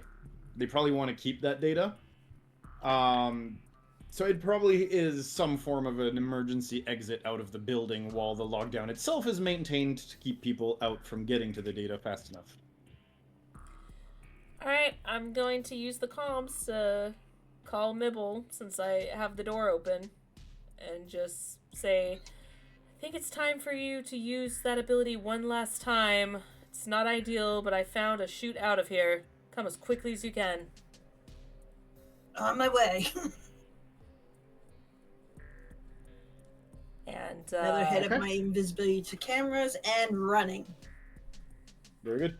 This thing is slowly lumbering, like I said, towards the evacuation chute, but it's walking fairly slowly. If you guys jog, you'll get to the chute before it does. As no doubt this will probably close behind it once the behemoth, just jumps through it. Well, not the behemoth, but the large-sized droid jumps through it here. Yeah. So my question is, at this point, do you guys jump? Yes, I will jump first though. That way, being what she is, she's going to be very perceptive and keep an eye out. That way, if she needs to stop, she can at least kind of guard herself and stop Mibble, since Mibble is smaller than her. She'll be able to block him a little bit easier if there's danger ahead. Absolutely. So 2 things happen, first of all, while you do this. First of all, you'll slide down for quite a bit of time. Between gravity and the speed at which you're going down, you've probably dropped at least 30, if not 40 levels down, which on Coruscant terms means you're in a slightly less safe sector when you exit the slide, but it's far enough that any authorities that want to get to you are going to take a while to get there, so everybody has a chance to scram. The droid itself, as it gets to the bottom of the chute and exit, stands and starts walking, probably on a pre-programmed route. The last thing you see hopping down that chute before the droid follows behind you guys is those 3 remaining astromech droids pull out from their entrails what look like blaster cannons, rocket launchers, and flamethrowers, and they aim those at the other door, right, the one that you guys got in from, probably expecting authorities or something to come in and cause maximum amounts of damage and havoc. Thankfully, due to your resourcefulness, you have completely circumvented any of that. As the droid itself does slowly, like I said, the server component of the droid here, the server droid component, sorry, slowly lumbers away in the lower levels. Whether you decide to follow it or not is entirely up to you, considering you on your datapad now have the info that you were looking for. Yeah, I don't want to go towards unknown territory. If there's one thing that Siva is, it's very cautious to the best of her ability. So she's like, yeah, I ain't tempting that shit. Good call. So when we so is it just like a hallway or something that we're kind of popped into right now? Yes, Like and on both Yeah, so what this seems to be is basically the lower levels of that building. They're not interconnected with stairs or anything to the higher levels. This is very Coruscant in the sense that, it's buildings built on top of buildings. It's skyscrapers that span hundreds of levels high and low. But they're not all interconnected with elevators or necessarily or turbo lifts or any of that stuff. They're very much segmented. Think of it more of houses built on top of houses in certain cases, which is the case here. So there's no actual direct connection with the upper level of that same building, but you're in the lower levels of that particular building. It basically exits you in a sterile hallway with a door at the end, which seems to be giving directly on the street. And it's one of those locked doors that, it's a push bar to open it basically type of thing. And once you're out, it locks behind you. So again, purely designed as an emergency exit from the upper levels. All right, let's see if this door lets us out where we need to go. We'll be able to contact the others in case anything happens. As I'm telling Mibble this. Because again, Mibble can't see me. Mibble can't see me, so because I'm still invisible. So I'm just like trying to verbally go like, all right, let's go out this door, this one door that we see. Let's go. Very good. Instead of saying, follow me, and then Mibble's like, the fuck? So, yeah. So yes, you do make it past those double doors when you open them with the push bar and everything, and you have ended up in one of the lower levels of Coruscant. Here the air, is stale and dusty with the after stench of chemicals, of industrial chemicals. You see a few people kind of skitter closer when the door opens, but then as it shuts immediately behind you guys, they kind of slink back into the shadows, not having seen anybody come out, at least when you did it. Mibble, whether you come out or not again after, that's entirely up to you, but at least it's, for now... Well, I would have held the door open, like... Never mind, okay. Good luck, Mibble! No, I'm gonna... No. Okay, so if you do hold the door open and they see Mibble walk out, they'll come in kind of like curiously trying to peek into the building because they've never seen that door open. But seeing that it's just a sterile hallway and there's just a little rabbit at the bottom, they kind of look at you, Mibble. What are you looking at? Give me intimidation.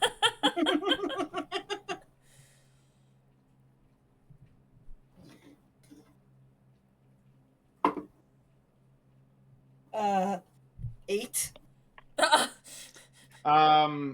You say, what are you looking at? And they kind of look at each other. One of them kind of laughs and then looks back at you. And they go, my next meal if I'm lucky. The joys of being a rabbit, right? I mean, with teeth, let's be real. But Takes out bowcaster. All right. You really want to try this? Okay, were you going to say something, girl? I was gonna say, do they look like that they're like looming over him, or are they just kind of laughing it off and maybe just from their body language might kind of just walk away, finding it just entertaining? Give me an insight check. How is my insight? Let me see here. Oh, not great. Okay. It's not a high DC. Well, does a 3 get me anything? No, it's not too clear, but I will say this: just from observing, you can tell that they're getting a little close for comfort. When Mibble pulls out the bowcaster, you know what, Mibble, give me another intimidate here at advantage since you've pulled a gun on them. Well, technically, I was gonna do this anyway to give him advantage, but I would like to pull out my vibro dagger and just stick it to like the one that's like getting close to him, and just kind of like just have the tip go up across just to kind of add that extra threat to it. Do you say anything or do you just poke them? No, I'm just kind of letting them know, hey, there's something here, something sharp, don't test it. Dirty 20. You get a dirty 20.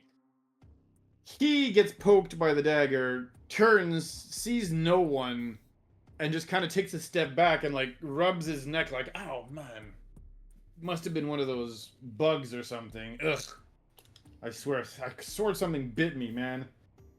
Anyway, "Ugh!" And then he sees kind of cross-eyed the bowcaster, you know, that you've kind of like put almost in his nostril at this point. And then definitely just kind of goes, "All right, man, we're just playing. I don't know what's going on, but you know, you're right. You're sorry. Just playing, bro." As it seems like their attitude has changed, and yeah, probably more opportunistic than anything else, and not really in the mood to risk life and limb over a meal. At least not that desperate. They're gonna start walking backwards as they're kind of like trying to slink back into the shadows here. Put bowcaster away. All right, where are you and where are we going? Well, I suggest we just walk a little bit of a ways just in case they've got eyes on this door. In the meantime, just kind of looks, does it look like one half dozen or the other if we go left or right? No big change. The Okay. city's like built in pretty much of a grid like pattern, and basically what you're looking for right now is probably a city turbo lift back to the higher levels. Okay.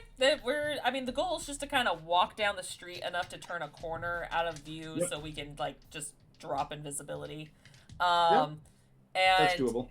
But as we're walking, before I drop it, I'm going to go back to the comms and go, "Only, I will explain everything that happened, but for now we are out, and I think we are in one of the undercities of that building, so we're a few levels beneath you.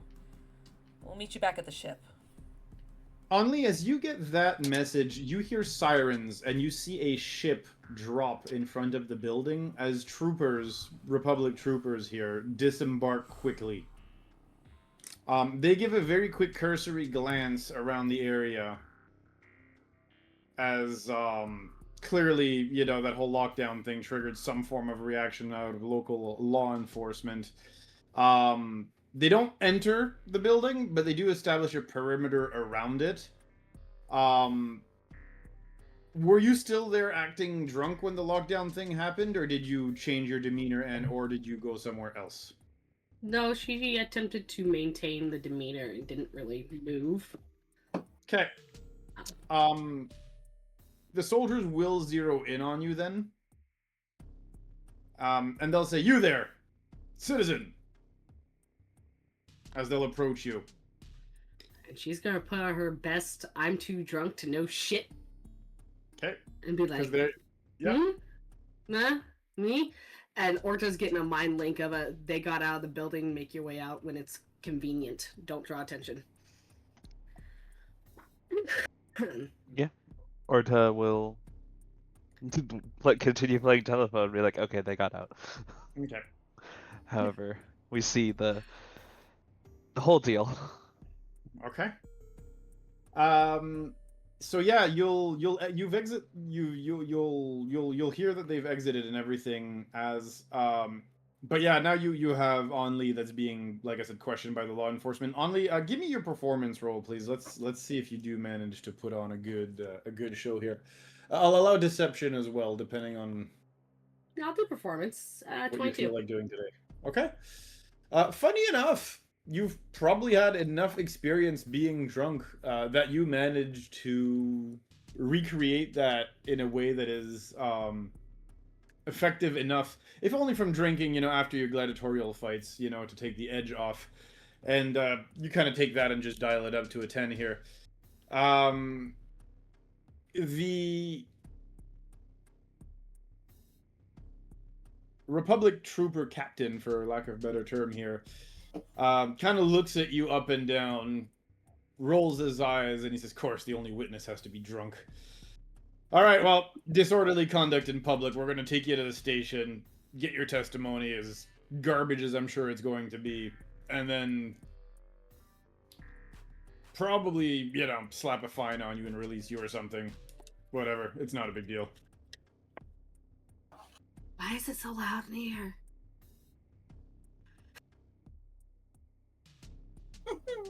Why is it so what now? Loud in here. Loud in here? Yeah, very drunkenly just thought, why is it so loud? Because somebody triggered this business's lockdown, and we have to make sure it wasn't you. Until we've reviewed the camera footage, unfortunately, you're gonna have to consider yourself under arrest.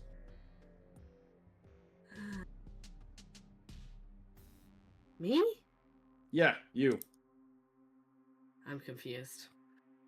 Doesn't matter, we'll sort it out at the station. They pull out some cufflinks. She's not really going to resist. Yep. So they'll slap some mag cuffs on you, and they'll put you in the back of the transport. They'll do a cursory inspection. They're gonna call the owners of the building. You can faintly hear them talking over one another as they're quite excited, hoping that they get to go in. But apparently, the owner of the building says that no, it was a system malfunction. Probably caused by some outside interference. They say back that they found a drunk person that was drunk in public not far from the building. And that's probably what caused the disruption, that they're going to, bring you back in for questioning, blah, blah, blah. And after a few minutes of that back and forth, very typical, like, yeah, your alarm got accidentally triggered type exchange, all the soldiers, with some disappointed grumbling, as you can hear, they were clearly expecting some action or hoping for some action, are going to pile back into the transport, and they will haul you off to the precinct. We'll just get a minor update of hey, I got this handled. Don't worry about me, but I have to go in because, drunk in public. Kodav, you and Orta basically see Only here get arrested. After the police have cleared out and everything, do you guys have anything you want to do?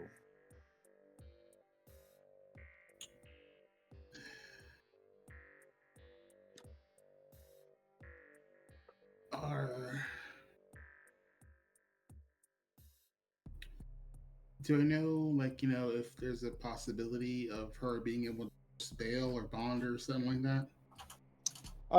Again, this is a misdemeanor. They're probably going to slap a fine on her and let her go, unless they have anything else to hold on her.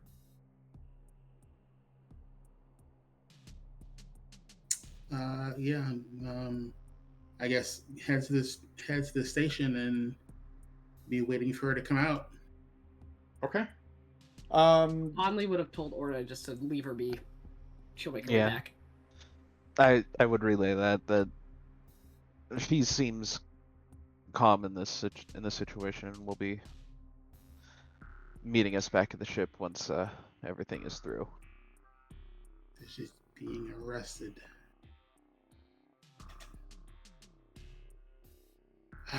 Fine. Okay. Real quick, Ziva and Mibble, I'm assuming you guys, what do you guys want to do at this point here? Find our way back up. Yeah, Okay, we're probably just, since I did say meet us back at the ship, it would make sense after we drop our cloaking and everything and just be like, well, that sucked, but we got what we came for and then some, so let's go to the ship. Just it's probably going to be a bit since we dropped several levels, but we'll make ourselves back to the ship. Looking nonchalant, hopefully. Yep, very good. And I will throw in there for Orta, since we are linked now, you kind of feel like this is probably not the first time she's been drunk and disorderly arrested. She knows this process a little too well. She's like, I got this, I'm a pro. Honestly, I don't think he needed the mind link to guess that. That's fair. She feels real calm right now. Yeah. Zero worries. Zero. Yeah. Through the link, Orta's responses, this seems in character. Okay. So, that being said, everybody minus Only, I guess we'll meet at the ship for now. Ziva and Mibble, I need you guys to give me a percentile each, if you don't mind. Oh, Fuck him up. I got a 10 and a 3. Okay. Can I get one from Ziva, please? so that was a 13. Oh, lordy. Well, I did a little better. I got a 53. Okay, I'll take it. Mibble, by the time you guys get back to the upper levels, you're feeling queasy. Something's not sitting quite right. You've been coughing quite a bit, and you're feeling a little green around the lips, we'll call it that. You haven't quite vomited yet or anything, but you're not feeling too hot. Ziva. Yeah. You, as you're walking, once you've taken the invisibility and everything, and you get to the elevator, there's two slightly rough and tumble guys that are kind of standing guard next to the turbo lift.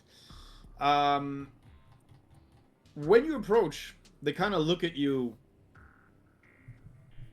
and as you try to get in or close to the turbo lift, one of them raises his hands. He said, "Hey. Yeah, you. Uh-huh. That's our turbo lift. You want to use it, there's a toll." I'm sorry, where's your name and your permit? See, this whole level, it belongs to us. Oh, So, part of the little like, gang. if you want to use our turbo lift, you gotta pay the toll. Yeah. And they kind of look at each other and they look at you. It's 10 credits if you want to use our turbo lift. She, like, is trying not to be swayed by these, like, hooligans, and then she realized they're really just hooligans. She's like, It's like, they're super poor, and for them, 10 credits is like, oh my god, 10 credits. For you, it's like, meh. It's like You two know, but- McDoubles right there. Yeah, you know what I'm It's saying? Like, you know what? You're so scary. I'll pay for my friend's toll too, and just give them 20 credits and be like, oh no. they look at each other, and then they look at the money, and they just, like, immediately, like, skitter, slinker, skedaddle back into the darkness, like, like, not giggling at each other, but you can tell that they're giddy because, like, they're gonna eat tonight. Like, this is funny. Like, oh, we got them good, boss. Yeah, boss. Like, they didn't even pull a weapon on you. Like, this was Nope. just, like, flat out, like, just, like, desperation, you know? You know what? It Meanwhile, Mibble's getting dizzy from all the fumes that are down here. I think we should take the lift so we can get you to fresher air. You gonna be okay? Yes, please. I would say I need a drink, but I don't think that's a good idea right now. Well, once you feel better, we can go to the bar on my ship and get you that drink. But until then, let's get you topside. Yes, please. So you guys elevator your way back topside and eventually make your way back to the ship unless there's something else you wanted to do on the way there. Yes, no? No? We're No, straight to ship? I'm Okay, good. perfect. Yeah. Perfect. The others, you'll go there. On Lee, you're at the station being, you know, again, grilled here by the Republic troopers.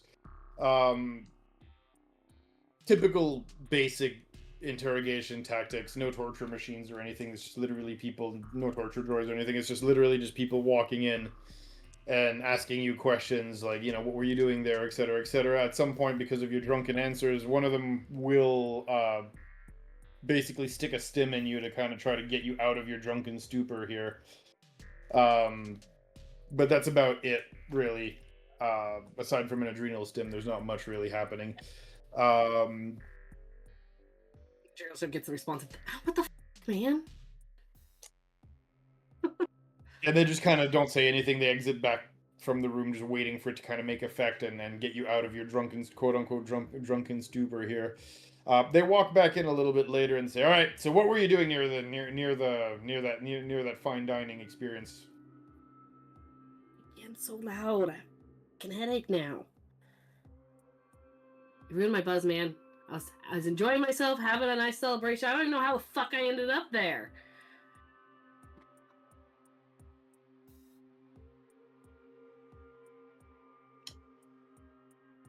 They kind of look at each other, then look back at you. One of them rolls his eyes. You can hear one whispering to the other one, like, man, I'm not even sure they're worth the paperwork. Give me your performance roll, please. I don't know what it is with my dice tonight. 24?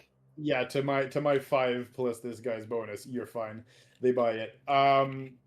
They just kind of look at each other and say, you know what? Let's keep her on ice until we get the recordings from the store. If we don't see her on the cams, I don't think there's much reason to hold her. She generally just seems to be, yeah. We'll stick a fine on her and kick her out. It takes maybe a good 2-3 hours for them to go over the information. Most of which is probably just waiting on the actual warrant to inspect the cameras, and since everybody else was super careful not to be seen on the cameras, and there's literally apparently no one on the camera footage, least of all you on Lee. Yeah, after those few hours, they're gonna slap you a fine of 200 credits and let you go. Yeah, she'll pay her damn fine and then start heading back. Yeah, so you managed to head back to the ship 200 credits lighter. She will make sure she's not being followed, so she'll take kind of a longer route back. Yeah, and no, there's absolutely zero following. Again, most probably that your performance here did convince them that there was no need to follow you around. And yeah, you've effectively made it all back to the ship, but with the timely and useful addition of the copy of the information that Ziva was looking for in the server databanks. When she gets back to the ship, she'll look at Ziva and be like, the cops got nothing. Oh, that's good. I'm sorry I got you arrested. Yeah, not the first time. Just had to Well, pay my fine and go on my way for being drunk in public. Makes a great cover, because then you can't remember anything when you come out of your drunken stupor. very true. I will reimburse you for the fine, considering how it was still my operation. I won't say no. Mibble goes to the med bay and tries to find something to help him get unill. Yeah, the problem is, Mibble, you're not even really sure what's wrong with you just yet. You're muted, Azrin. Kodav will be in the med bay when Mibble gets there. Okay. Kodav, yeah, you see Mibble coming in, and his fur doesn't look too good. He's coughing. His eyes are bloodshot red. You look like shit. What did you do? I feel like. Do not go to the lower levels. Alright, get up on the table. He hops up on the table. Jesus Christ. Alright, do my medicine check. Yep. I'm gonna roll my big fatty metal die on you. I have one of those too. Because I found it last night and I'm dying to roll it for an actual roll. Oh, it's so heavy. I know. It's a weapon. I love this Pretty thing. much. These things are great for cons, man. It's like, it just makes everyone's dice bounce. Okay, 15 plus 8. That was going to be a 23 for a medicine check. Very nice. So you actually figure quite quickly that Mibble has been exposed to some form of an airborne chemical or toxin of some kind that, while probably not too dangerous or problematic, well, at least in short doses and exposure times to the average citizen of Coruscant, their specific Kushiban constitution here is affected by it, and as a result, she is suffering from... Well, she as in you, but yes, he as in Mibble, the character, my apologies, yes. He is suffering from some form of toxic poisoning due to an airborne contaminant. All right. It's not bacterial. It's not viral. All right. That's gonna take too long to just figure out what the hell is actually wrong with you. I'm just gonna cast Restoration on Mibble. Okay. Very good. It handles blindness, deafness, paralyzation, poison. Very good. Mibble, as long as it's not a disease, I should be good. Correct. And you do see that it does function as advertised on the cereal box here. As Mibble's condition markedly improves, their fur starts to get a little less clumpy, a little less sweaty. The red eyes go back to the normal color. Mibble, you feel like a weight was lifted off your chest, and you definitely don't feel like coughing nearly as much as you did before. Well, that feels a lot better. Thanks. I think I'm still going to lay down for a bit. All right. Well, before you go, you get the blood flowing. So I'm going to give Mibble a stem with a bit of caffeine in it. Well, not a bit of caffeine, a lot of caffeine. Is this a substitute for coffee? No. And don't ask me where you get these. Okay. Very good. Okay, so with Mibble properly, we'll say re-energized and remotivated. You guys have managed, like I said, to get some information. If you want to take note real quick, Zoro, I will give you the data that you have managed to extract from the server, just so you can keep that on you and decide to go wherever you need to go whenever you choose to do so. Do you want to do that after the session? Would that be easier? Because I'm not doing anything sudden right now. You're what? Because I'm not going to make any sudden decisions right now. No, there's no decisions to be made. I'm just going to say that when you do check the data, there's 2 planet names that come up. One is Nar Shaddaa, the other one's Korriban. Oh, fuck. You can draw what you will, information speaking, from that, but those are the 2 planetoid names that do come up, or the 2 planet names that do come up when you make those searches. Okay? You know what that means. I don't have to go further into detail. You will choose to share what you want when you want. That being said, for the rest of you, at this point, yes, the heist has been successful. The data has been recovered. And your newly acquainted pilot has gotten what she wanted out of that building. My question to you all is, what do you want to do from now? At this point, probably rest, but aside from the obvious. Yeah, Mibble's going to his room. To be fair, I think before going to bed, Ziva will explain to everybody what happened, where there was a room that wasn't there before.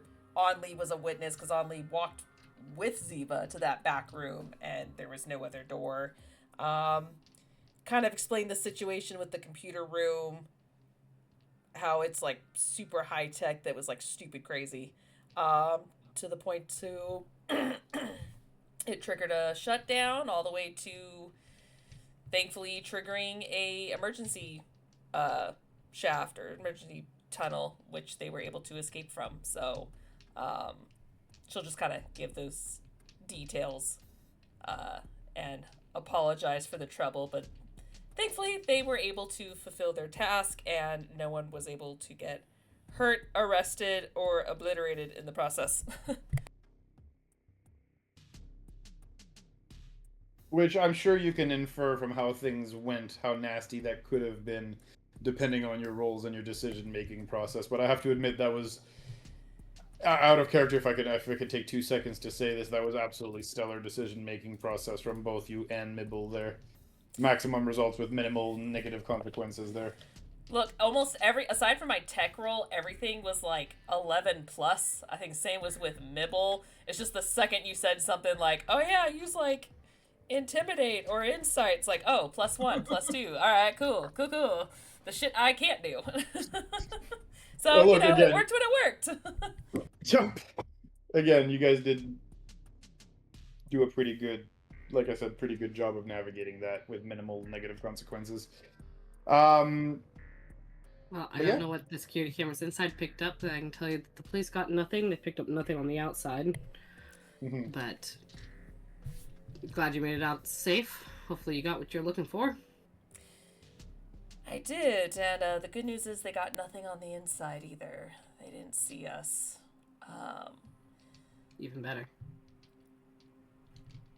I mean, and technically because unidentified digital print as well, so fingers crossed everything's good. At least it appeared very well despite the sudden twist in the plan, but we got there, so I'm just glad it went well. So I think because it is already so late, I'm gonna grab a drink and decode some of this information in my room before I retire for the night.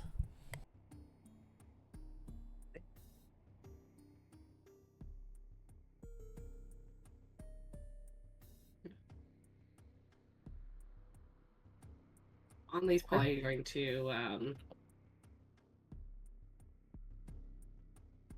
she'll probably head back to her room as well. I had a timer going for learning how to pilot because she was having so much trouble with the different controls that one time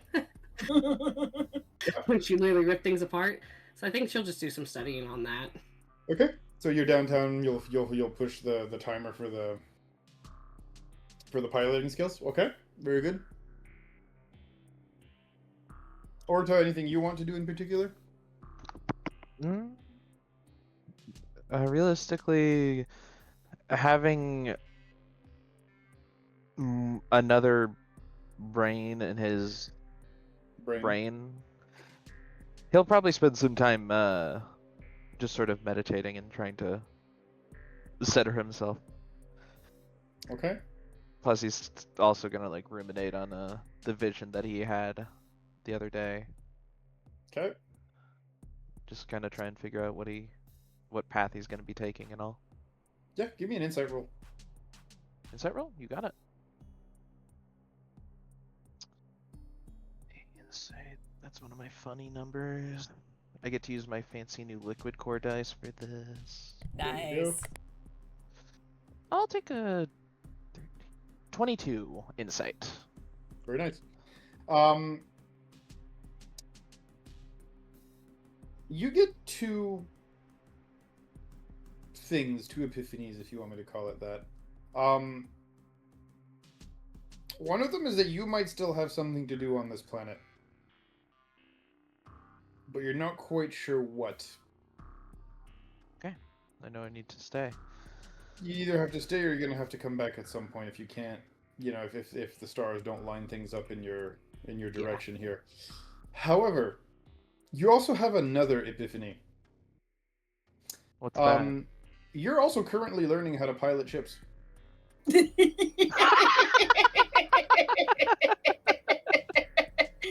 Well, Seems like you guys have unlocked skill shares. And so is Nixie. So Nixie also learned how to So is bleed Nixie, drunk yes. to get away. Yes, as I said, you are all learning how to pilot a ship right now. we are learning. We are to learning. pilot. Correct. God, I feel like I was also spending time on Orta to learn something as well. I need to look in my back in the logs.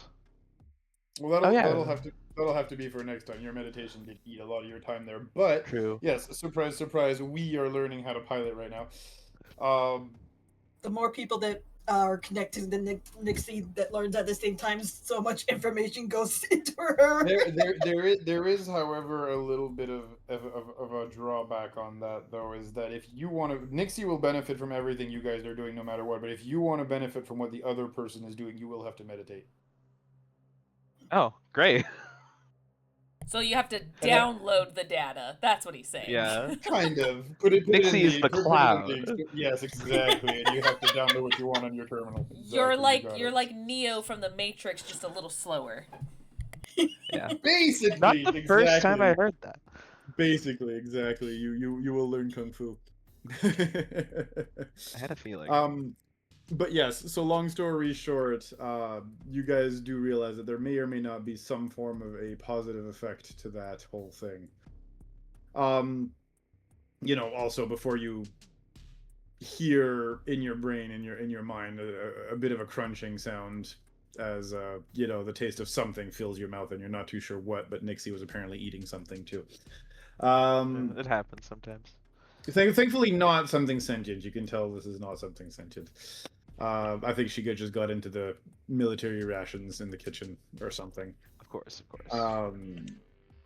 Ziva, you will notice there's a sizable chunk of food missing from the pantry. If you do get to the kitchen the next morning. But that's about it. So, At least she wasn't eating the Force. Well, not this time, clearly. We were not eating the Force. We were not. It seems like we also need physical sustenance once in a blue moon. Though a lot less frequently than we used to. I mean, we did have physical sustenance a while ago. That's how we got a part of ourselves. I hate it. All right, very good. It seems like we are correct. But yes, that being said... We are always correct. Because we know ourselves. That's facts. I mean, we'll admit that agreeing with ourselves does not represent much of a consensus, but it is what it is. Guys, we investigated ourselves, and we're innocent of all wrongdoing. We agree with this. Why right now? Why do we feel like this is just gonna bring everything? Everything's just gonna go to shit in a handbasket. All right. So, Killick hive mind sillinesses aside here, you guys do end up spending the night fully refilling your, getting the benefits of your full rest here.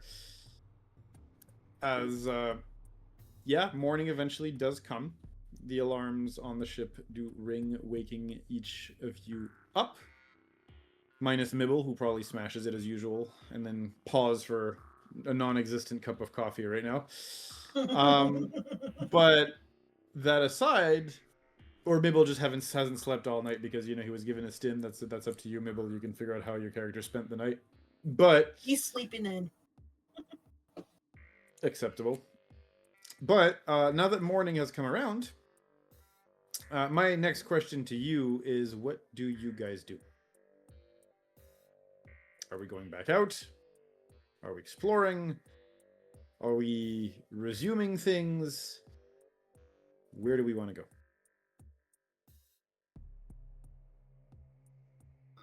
If there's no plan of action currently, Kodav is heading back to the temple to check on Bonnie.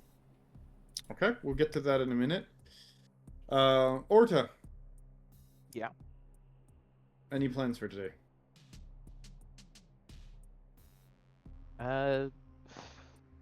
Main thing I can think of is perhaps heading to the Jedi Order and seeing if he can he has that nagging feeling in the back of his head that he needs to be here for some reason. Mm-hmm. And he's going to head to the Jedi Order and sort of spend some time just sort of wandering through there. If anybody asks why he's there, he's like, "Oh, I'm just visiting the records storage library deal." Archives. The archives, yeah, that's the one. Do me a favor, seeing if he's getting before all that happens, I need you to give me an insight check with disadvantage, please. Okie dokie. Bad start. Worse. 12. Okay. When you wake up, you get this nagging feeling that you had a weird dream, but you can't quite recall it. But yeah, you still feel that pull where your belly button would be, like it's just tugging you towards the planet, like you need to be here. Noted. But unfortunately, the Force is not the most clear of things when it wants you to do something, and that's about the only information you have for now. My question to you is, you said you were going to the library and everything. Are you searching for anything in particular at the library and the archives, or just kind of loitering there? For lack of a better term, the best way we could describe it is letting the Force guide him. Okay. So probably pretty much just loitering, unless And something. seeing if something happens. Yeah. Okay. Okay. Kodav, you said you were going to go check on Bonnie, correct? That is correct, sir. Cool. You come back to the temple and visit your aunt's medical wing, right, where they're treating Jedi coming back from mission and whatnot. And when you enter, you hear a very uncommon sound for your aunt's infirmary / medical wing, whatever you want to call it. You start hear laughter. I look around, make sure I'm in the right spot. Yeah, you're in the right spot. You hear laughter. Specifically the laughter of a child. Oh. I will go to where the laughter is, because I'm pretty sure that's Bonnie. You turn the corner and you see a gurney. And on the gurney, for lack of a better term, there is a dead body. Bonnie has rubber gloves up to her elbows, is holding some form of an instrument, as she's joking and laughing with your aunt, while she's basically, I won't say playing doctor, but opening the body up and checking on it, basically, for a lack of a better term.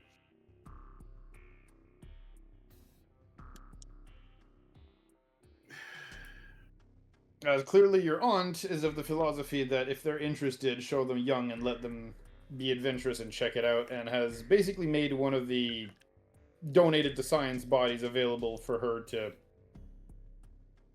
quote-unquote take apart. Little young to be playing with cadaver, don't you think? She looks back up at you, says, nonsense, if she's got the brains and the interest for it, the younger the better, I say. Oh, and you see there, Bonnie, that's what I was telling you. That species, they have 3 lungs, that's the 3rd one.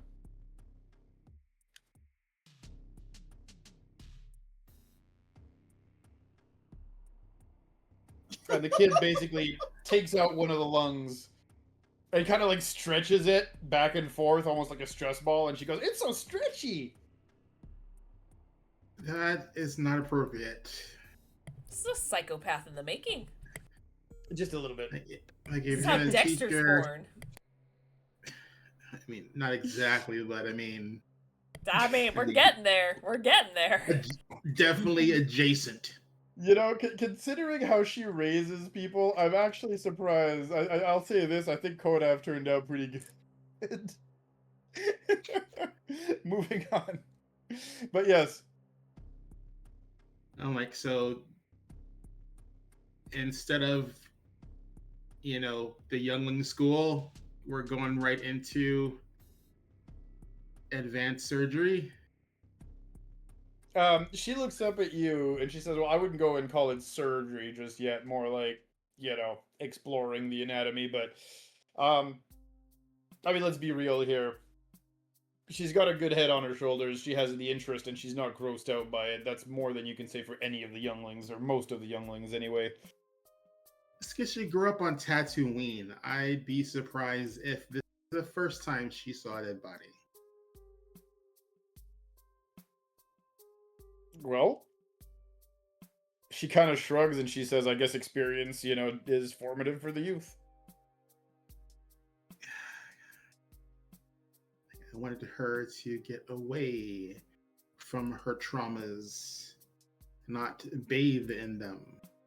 Speaking of bathing in them, she has blood on those gloves and whatnot, right? When she sees you, she just goes, "Oh, Daddy!" And she just runs up to you and just jumps and hugs you, holding you tight with the gloves full of blood and everything.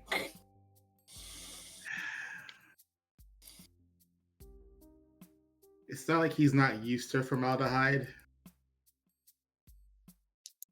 He's like, all right. And fluids. Yep.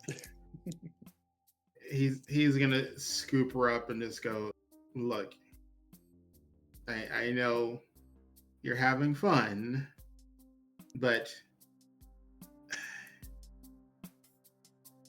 you know that this is outside of a medical room, correct?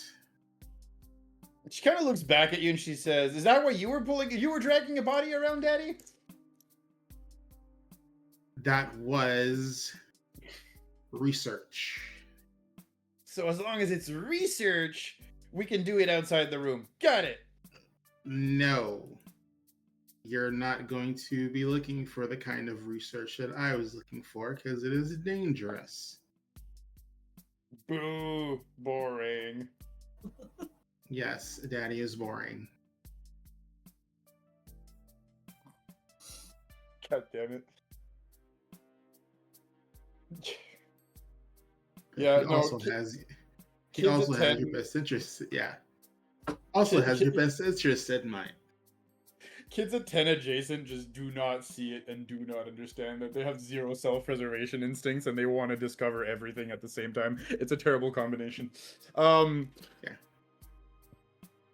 But yeah, no, she'll just kind of look up and she's gonna say, "Well, at least Auntie lets me play with the dead bodies. This is fun." And she just goes back to the body and starts like pulling out other parts. She's like, "What's this one, Auntie?" "That's the intestine. Do not tear it. It will stink." When the real doctor over here is like giving real facts. I mean, yeah, that's dissection. That's dissection class for you, bro. Like, do not tear the intestines. That is like rule number 1 of dissection. Easy with the digestive viscera. One of those pops, man. The whole class got to get the hell out because yeah. Alright. So Not a good aside from the dissections, I'm presuming she's behaving herself. She looks back at you and she says, "Better than you were at her age. I'll tell you that much. Less of a handful too." Less. Yeah, I'm sorry if I was less influenced by your Spartan education, Auntie. She laughs and she says, "Actually, you turned out pretty damn good, at least on the medical side of things. Too bad you have to be, a grumpy old man about the whole Jedi Order training thing, but you'll get there one day. I believe the Force will bring you into it." That's not happening. You know that. She laughs. You keep. Go ahead. Like, I know you keep asking. It's like I have no interest in becoming anything more than a Padawan. I'm She content laughs. being a doctor. She laughs, she nods, and she says, "Yet, things will happen when they're meant to. That is the will of the Force." Yeah. Will of the Force. So I'm presuming the will of the Force gives me messages about the death of my friends. That doesn't happen. She kind of looks at you and she goes, "Did you see them die in your vision?" There was definite danger. Danger, yes, but did you see them die? Considering the people involved, death was an immediate possibility. So what I'm understanding is the vision was accurate, there was danger, and nobody died. Good. It served you well.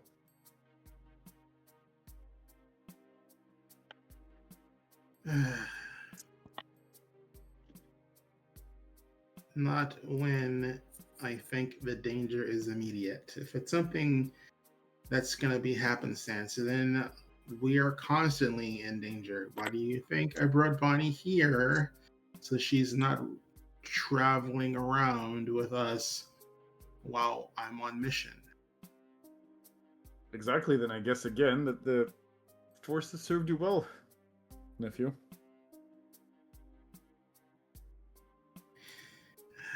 I was under the impression that the Force is not something that I'm made to serve me.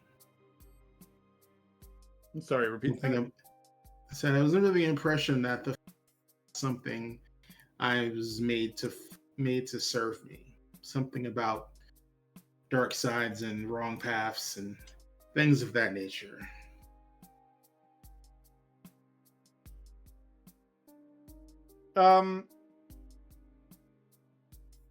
She kind of looks at you and shrugs. But it's a very non-committal shrug that amounts to, look, you know, I'm not sure what you're trying to say with that. And then she looks back at you and goes, look, at the end of the day, you're not butchering people or committing crimes or basically compromising your inner values just to achieve a result. And so, have you been exposed to darkness while you were gone, nephew? No doubt, I can feel it radiating off your body. But do I believe that you're a bad person at heart? Nah, you're still my nephew. She laughs and she smiles. Well, I guess there is that. I would appreciate, though, if you would maybe, you know, if you're going to teach her dissections, maybe start off something a little smaller, like womp rats or something. I mean, you know womp rats are pretty big, she says. Well, I mean, they're small in a body. She kind of gives you that point with a, you know, bit of a shrug, and she says, look, she was interested. What was I going to tell her? No, don't look, don't touch. Oh, no. I mean, you can show her, you don't give her a freaking scalpel and forceps. No. She's not playing with a scalpel. I wouldn't have the kid playing with a knife. As you say that, you can see Bonnie just like hiding a scalpel in her pocket.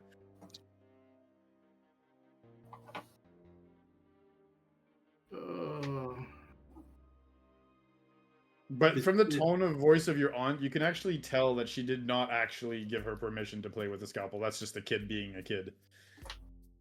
I know. And not listening to what she's told. Can I, if it's in her pocket and she's distracted, can I force pull the scalpel out of her pocket? Yeah, go nuts. Let's see.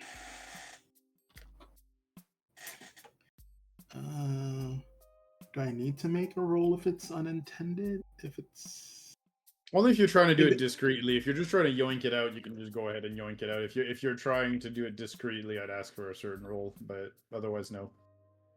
You know, I'm not gonna be sneaky about it. I'm just gonna be like, you know, I'm just gonna like, you know, like just whoomp and just in my hand and put it back, you know, on the, you know, the table for cleansing use tools.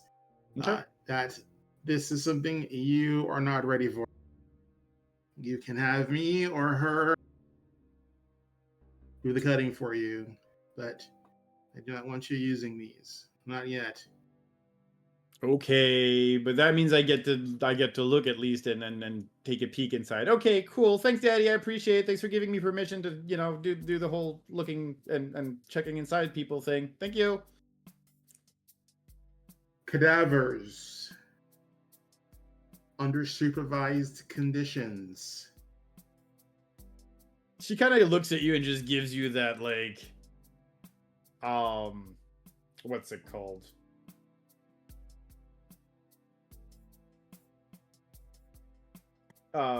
Very innocent type smile that kids give, you know, their parents when they're say, yes, we'll do whatever you want, Dad. Has she at least eaten yet today? Twice. And 2 plates each time. Yeah, well, covered in blood and sinew. Great. Oh, no. Come now, nephew. I made sure she cleaned and disinfected herself properly every time. Oh. Sterilization's important. Come on. Yes. Lesson 4. She nods. While this is happening and you guys are having this discussion, Only, Yes. you, Ziva, and Mibble are currently on the ship. What's going on with you guys?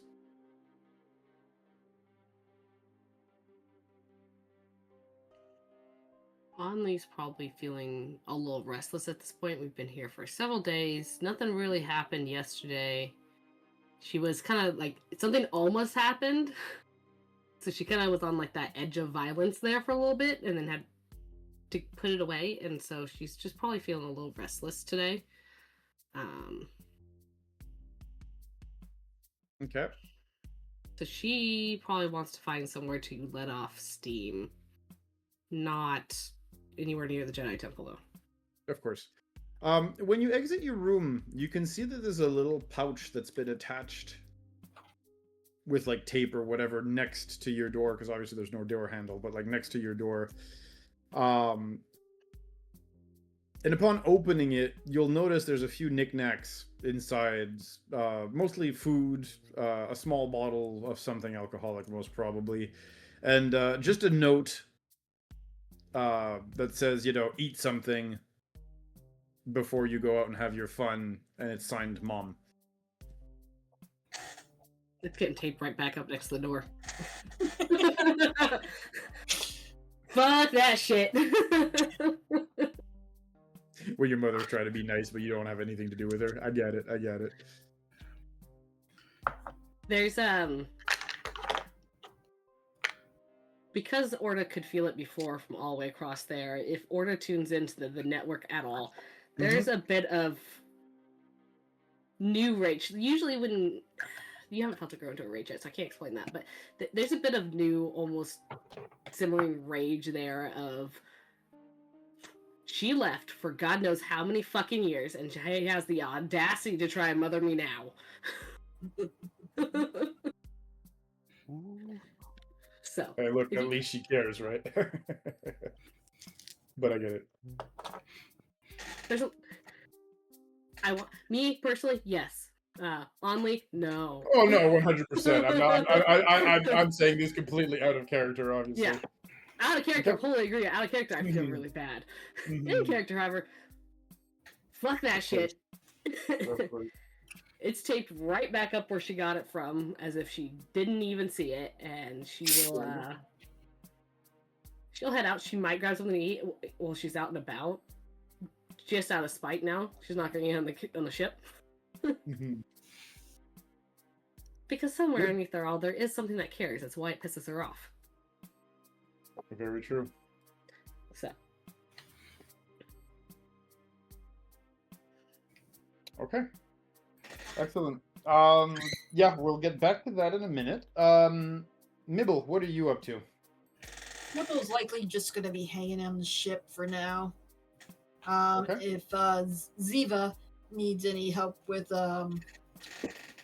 decoding or whatever with whatever information she got, if she wants to help, he'll probably be able to help her.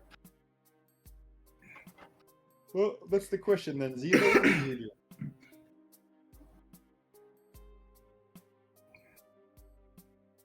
If anything at all.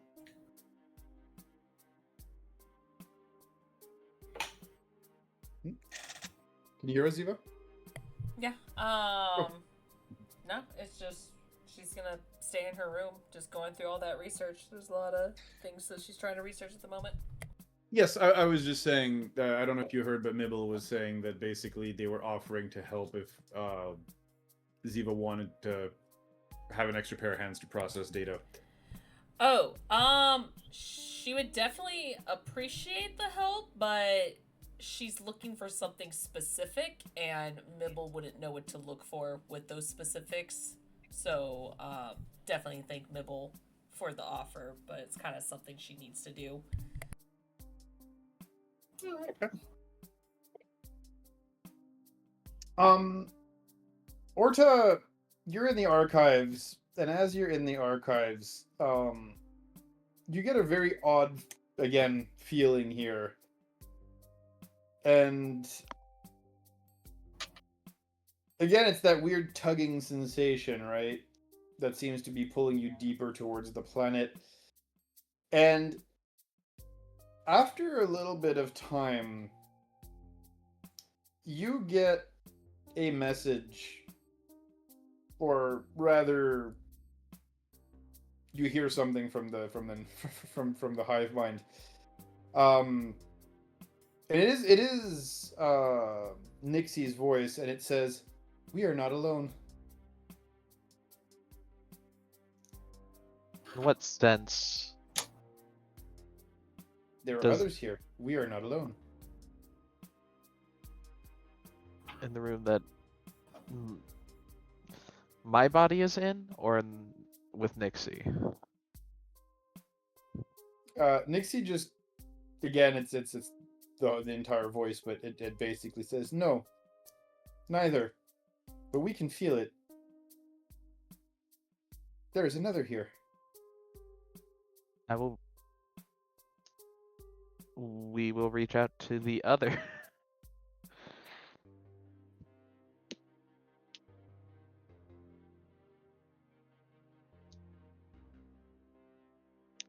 Okay, and what do you say? When you say you're reaching out to the others, what do you? Well, I do. I don't say it. I just do. Reach out to the other, and I sort of just inquire, like, hello. Oh, it's not in the hive mind. When she says an other, she means an extra, like outside of the hive mind type entity.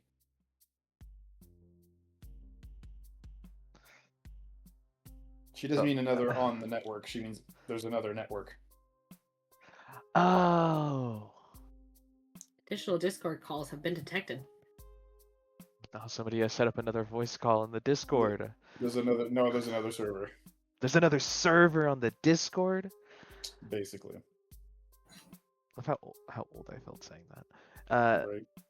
I guess I'll keep going if and sort of heading towards that other Discord call, that other server.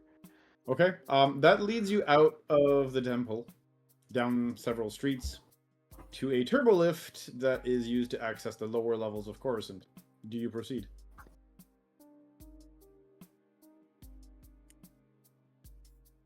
I will send do so a alone? message. Mhm. I will send a message through the comms saying that I'm heading into the lower levels. Be careful of the cannibals down there. They could really mess you up. Okay, I've always got a face mask on to hide my tremendous overbite.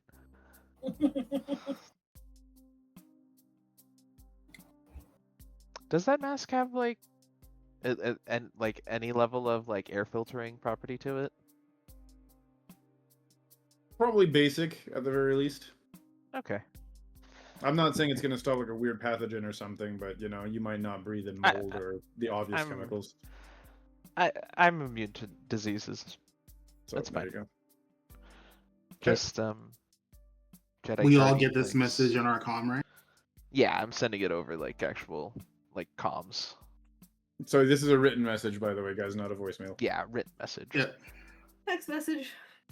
Text Yeah, message. Kodev will go level apparently a poisonous to certain biomatters, so be careful.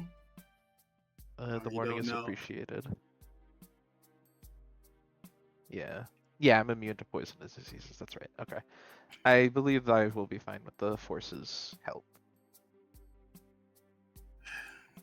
You don't see the you don't see the sigh, but as I'm looking at my comm in the clinic area, I sighed.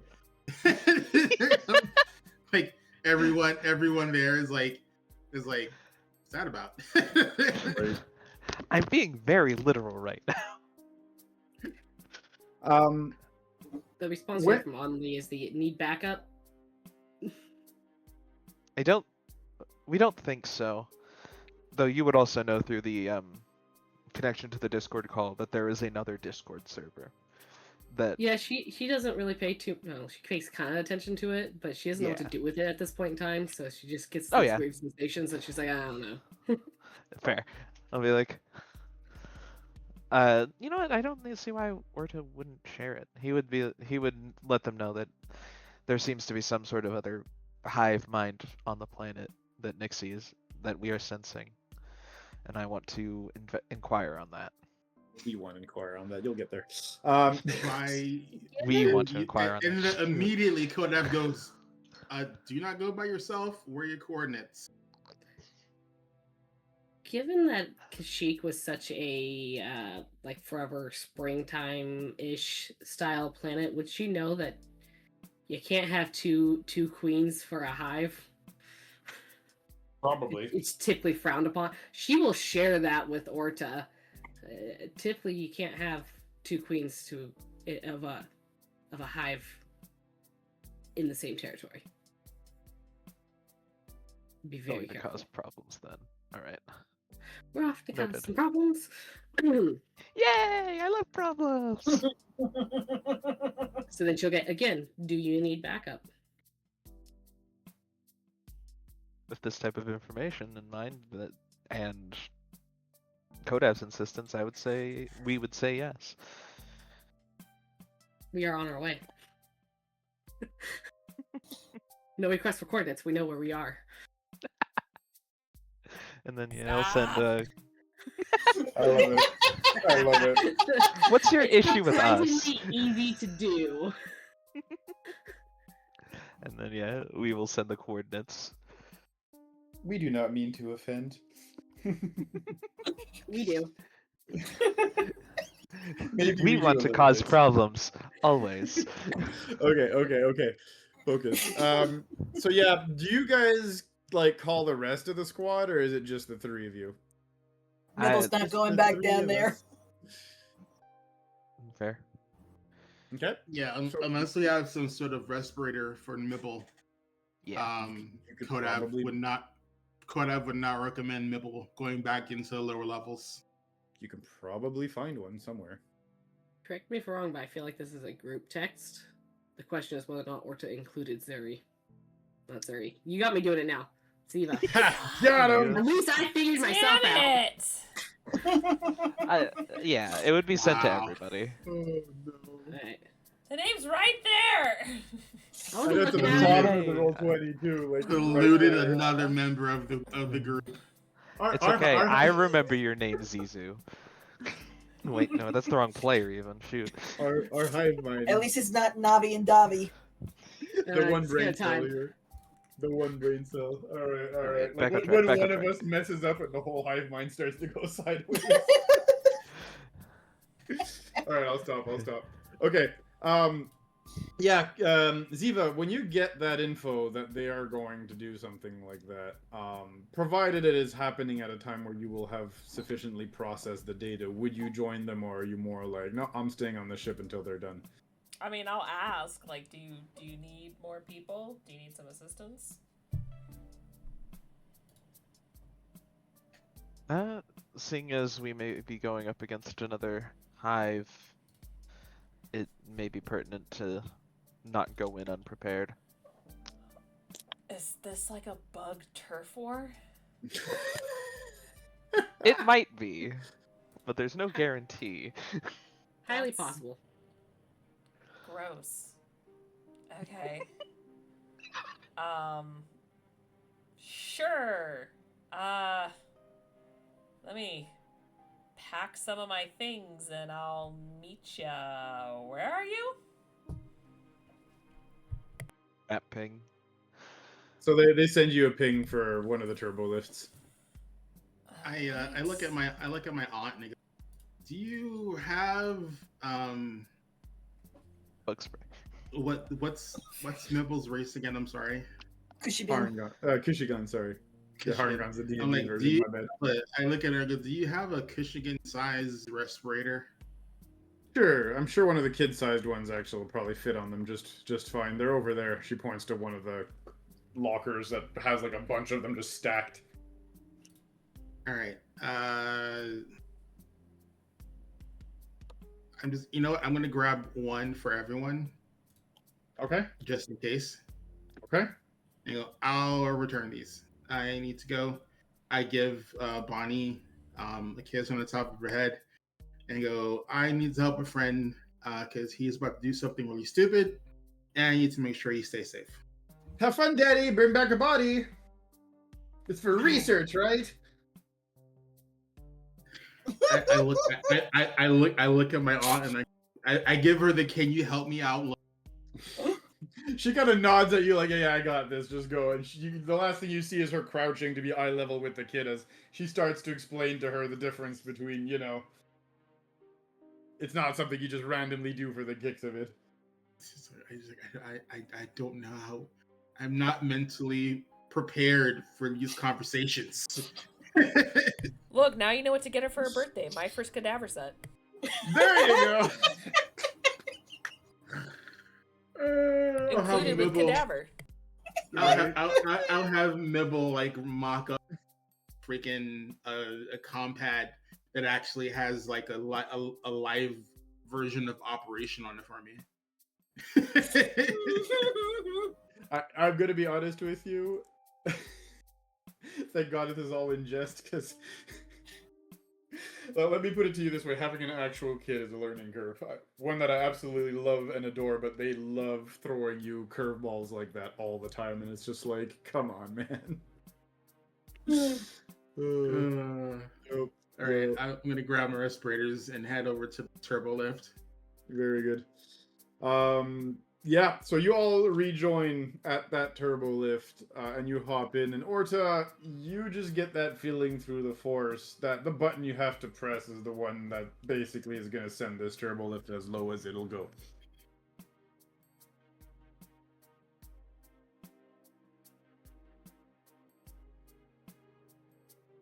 Orta? I was muted. Orta? Does it say is he muted? I had a funny mute button.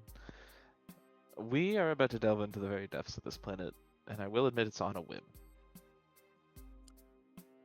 Click.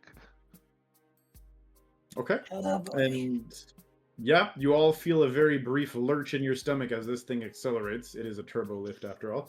I hand everyone a respirator. Good. I give Mibble the respirator first.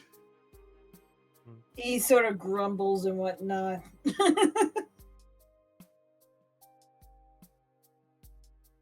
And I tell everyone basically, if you feel weird, dizzy, nauseous, wear the respirator. I don't know at what level it's going to start affecting who.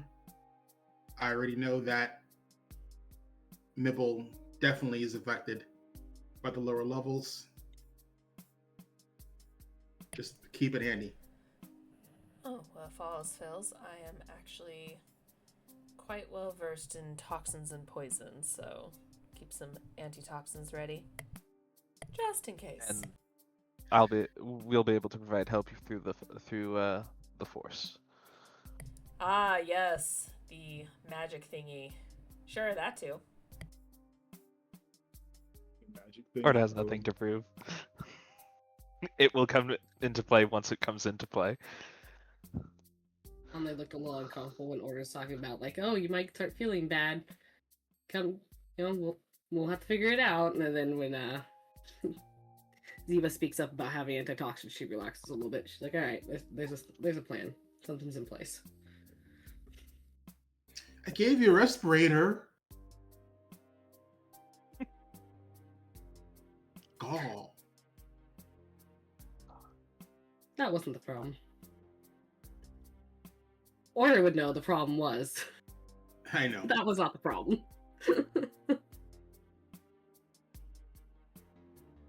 Right, how long is this ride going for? A long while, as it eventually stops and opens. Orta, you look up and you pressed on 0, but this thing stops at level 6 as it opens. And an automated voice in the turbolift says, "Levels 5 to 0 are forbidden. They are not safe. Citizens should endeavor to stay at level 6 all the way up to 2,873. Please have a good day." And when you my exit, God. there is no natural light here anymore. The buildings are so tall that they block out any form of light. There's this weird fog that's kind of half permeating the environment here.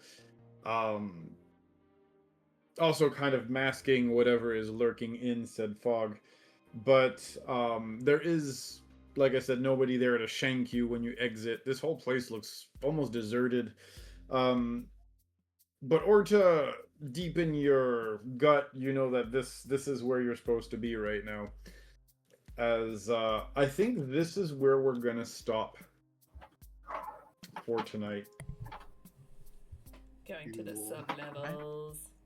Am I getting my tablet in 2 weeks? No, you're gonna get your tablet today. Ooh. Yep. So, as you get those respirators out of your bag, you notice something else is in it with your respirators, and a note from your aunt that says, "Here, take this. Who knows, you might need it." Oh, dear God. And looking at it, it's a Rakata datapad. And after, that little message, if you flip the paper over, it says, "I told you the Force works in mysterious ways." Because, of course, she can't fucking resist to drive the point home with an extra jab, but there you go.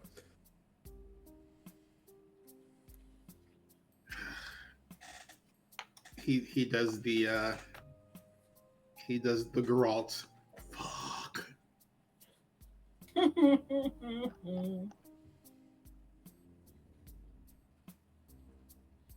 So how many cards are there?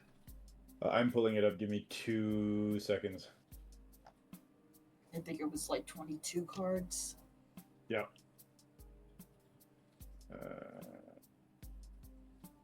There we go. All right, I'm ready. Let's do the 14th from the top. Okay, let's see this real quick.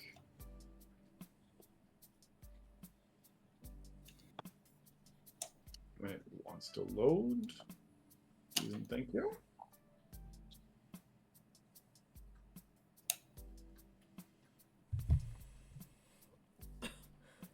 You become a Sith.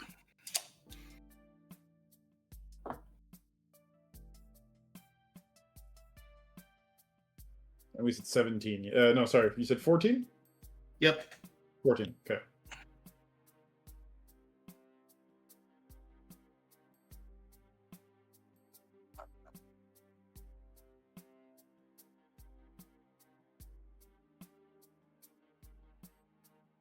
Oh.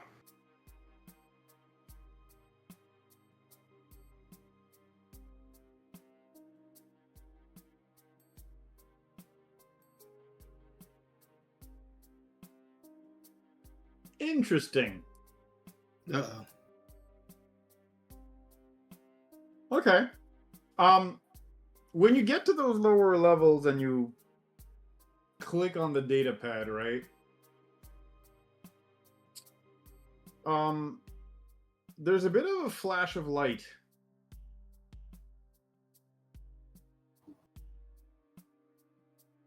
And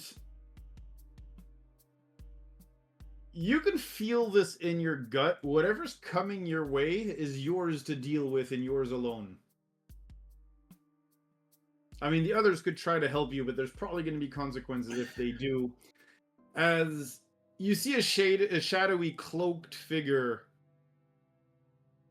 move through this thick, dense fog that is currently surrounding all of you.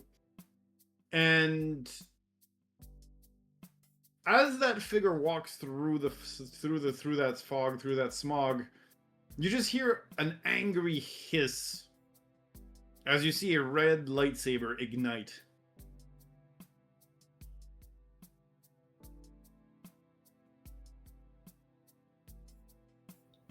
like instinctually, like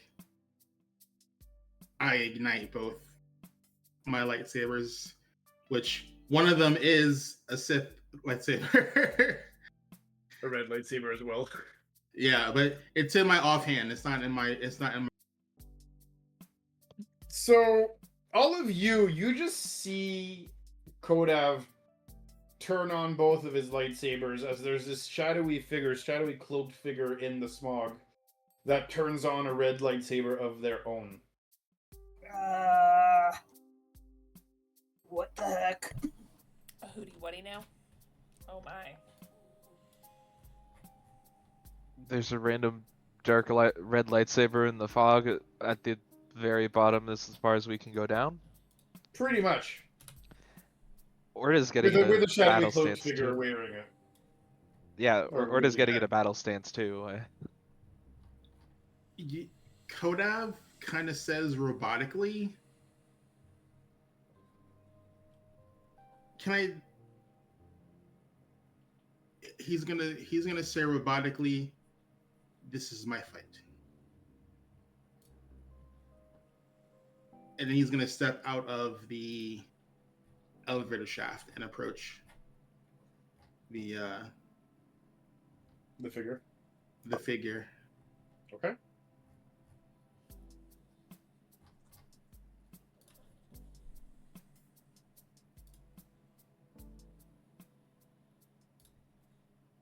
I'm waiting for initiative. Yep. You know what? Give me initiative real quick.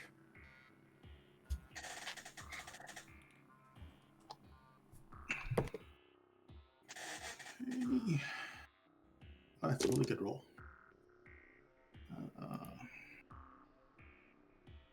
That's 2. 30-20 for initiative.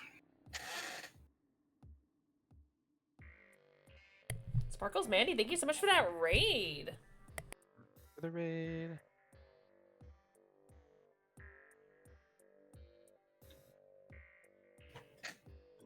Okay. Sorry, what did you say the initiative was? 20. Okay, Well, perfect. 20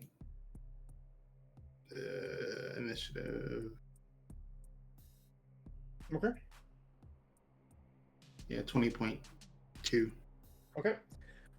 You approach it, and as soon as you get to a certain distance, it just leaps in a flurry of moving black cloak and clothing and whatnot, and it'll swing its lightsaber down on you for a.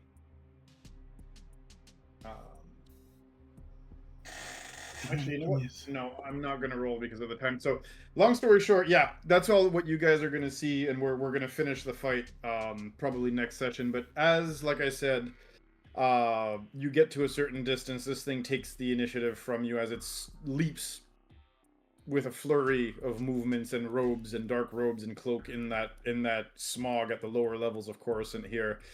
And all you just see is this red lightsaber just swishing down towards you. And this is where we're going to end the episode. Voila.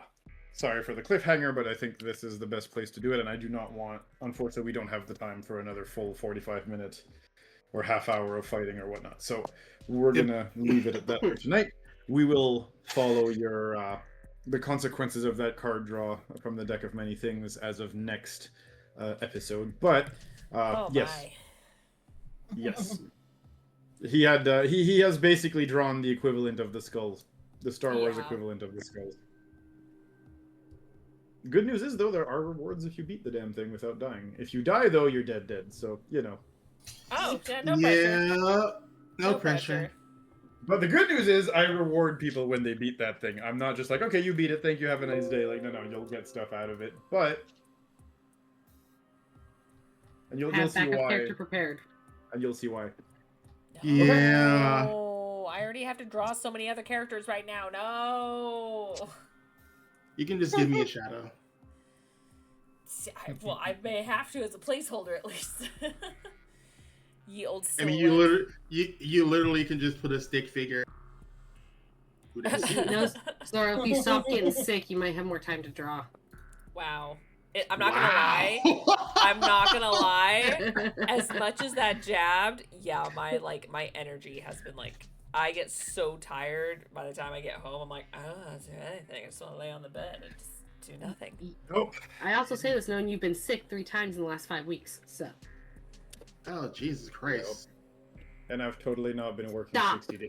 I've totally Do not we been working 60 to 80-hour weeks except for the last 2 Do weeks. we need to, like, you know, All right. chip in for a Costco creative emergency for you? For Or, who? like, get you, like, for you, or get you, Oh. like, you know, creative, a creative, like, pomegranate juice or something? Yeah, I Get don't know. Get your antioxidants up. Look, I offered her anything she wants, but you know. No, you get me Starbucks. I shouldn't be drinking it, but you know. Look, I offered you meds. I offered to pay for your visit to the I have doctor, like meds. if you needed I it. have I'm meds. just saying, anything you need, I've got you covered. You just need to say the word. Meds don't work on me though. I'm 100% convinced meds just do not work on me. Hmm. Except muscle relaxers. Those are great. Yes. I'm gonna knock my ass out. All right. This being said, And with that, if you like listening to a bunch of people whose backs go out more often than we actually do ourselves, do not despair. This is not the only show we run. We do have on Mondays the 3rd campaign of Destiny Forge, run by Rojan. On alternating Tuesdays, you have us with Tales of the Outer Rim. On Thursdays, you've got 2 shows in the evenings that alternate: Tricorn Isles, which was last week, and this week Mass Effect. Will we be having Mass Effect this week, hun? As far as you can concern, depending on your health and how your health we is. we have 2.5 people that are sick, and one of them that's really bad right now is the one whose character arc this is. So it kind of depends Maybe on not. him. Okay, Yeah. 100%. I So want to. tentatively for, of course, I know, but yeah. So tentative for this week, unfortunately, as far as Mass Effect goes, unfortunately, due to the plague. On Saturdays, we have during the day Bridgerton. I will get there. A Bridgerton-inspired show run by Malls called The Downfall of Propriety, and then on the alternating Saturdays, we have Weewa, I believe. Yes, Withered Wastes. Yes, that's this Saturday. Yes. We're Yes, actually no, I'm doing not- a special 8-hour session. It's for 2 reasons. One, it's kind of a belated Extra Life event we're doing. But because we reached our goal earlier this year for Extra Life, we are doing our Freaky Friday goal, where we are going to be swapping characters. We're going to be, again, as it says, Freaky Friday, where we swap the minds or the bodies, and we're like, oh god, what do we do? So it'll be very fun and interesting. Are you still doing 8 hours? We're still doing 8 hours, but that's the whole thing. It's a side episode. We're actually taking a pause from the main story because we don't want this to affect the story when we're in other people's bodies. So yeah, so this is just a fun side story, still in the same universe, still things going on, but this is not pertaining to the main storyline right now. So it'll be fun. You all That had starts a at 8 o'clock. dream. We'll see. Sounds like fun. Yeah, and so in the evenings, we've got 2 more shows on Saturdays. I mean, you guys are packed for Saturdays, where we also have, what's it called? We also have our basically Kids on Brooms, but no longer Kids on Brooms, because Rojan has completely revamped the system, and it's completely his own custom thing at this point. Called Vigilant 6, which is our superhero show. And the other Saturday, you have... Jeez, I'm drawing a blank now. It's late. City of Redemption. Yes, City of Redemption, which is our Daggerheart campaign. There we go. We're getting there. Lots of shows. And yeah, plenty. Eventually, there is the potential of one of them also happening again on Sundays. As I don't know if you want to make the announcement yet, or if you want to wait a little bit, but there is something. I mean, I can do. You're cutting out. But I have to get a new computer so badly. Where Wanderers is coming back. I'm doing it on the 21st of December. Is going to be the beginning of the 3rd AP Adventure Path, and it's starting with a Christmas 2-parter. So it's going to be some shenanigans. I am writing it up, putting some touches on it. It's gonna be fun. I've been talking to another friend of mine who actually writes adventures and campaigns, and workshopping with him. So I think it's gonna be rather enjoyable. Very nice. So yes, you'll even get another show on Sundays. So almost every day of the week except for Wednesday, there is some content. So feel free to catch up with us as you see fit. Upon saying this, I do bid you adieu. I will be happy to see you again in 2 weeks from now for some more Tales of the Outer Rim. Have a good one, guys. Bye. I'm waving. Bye.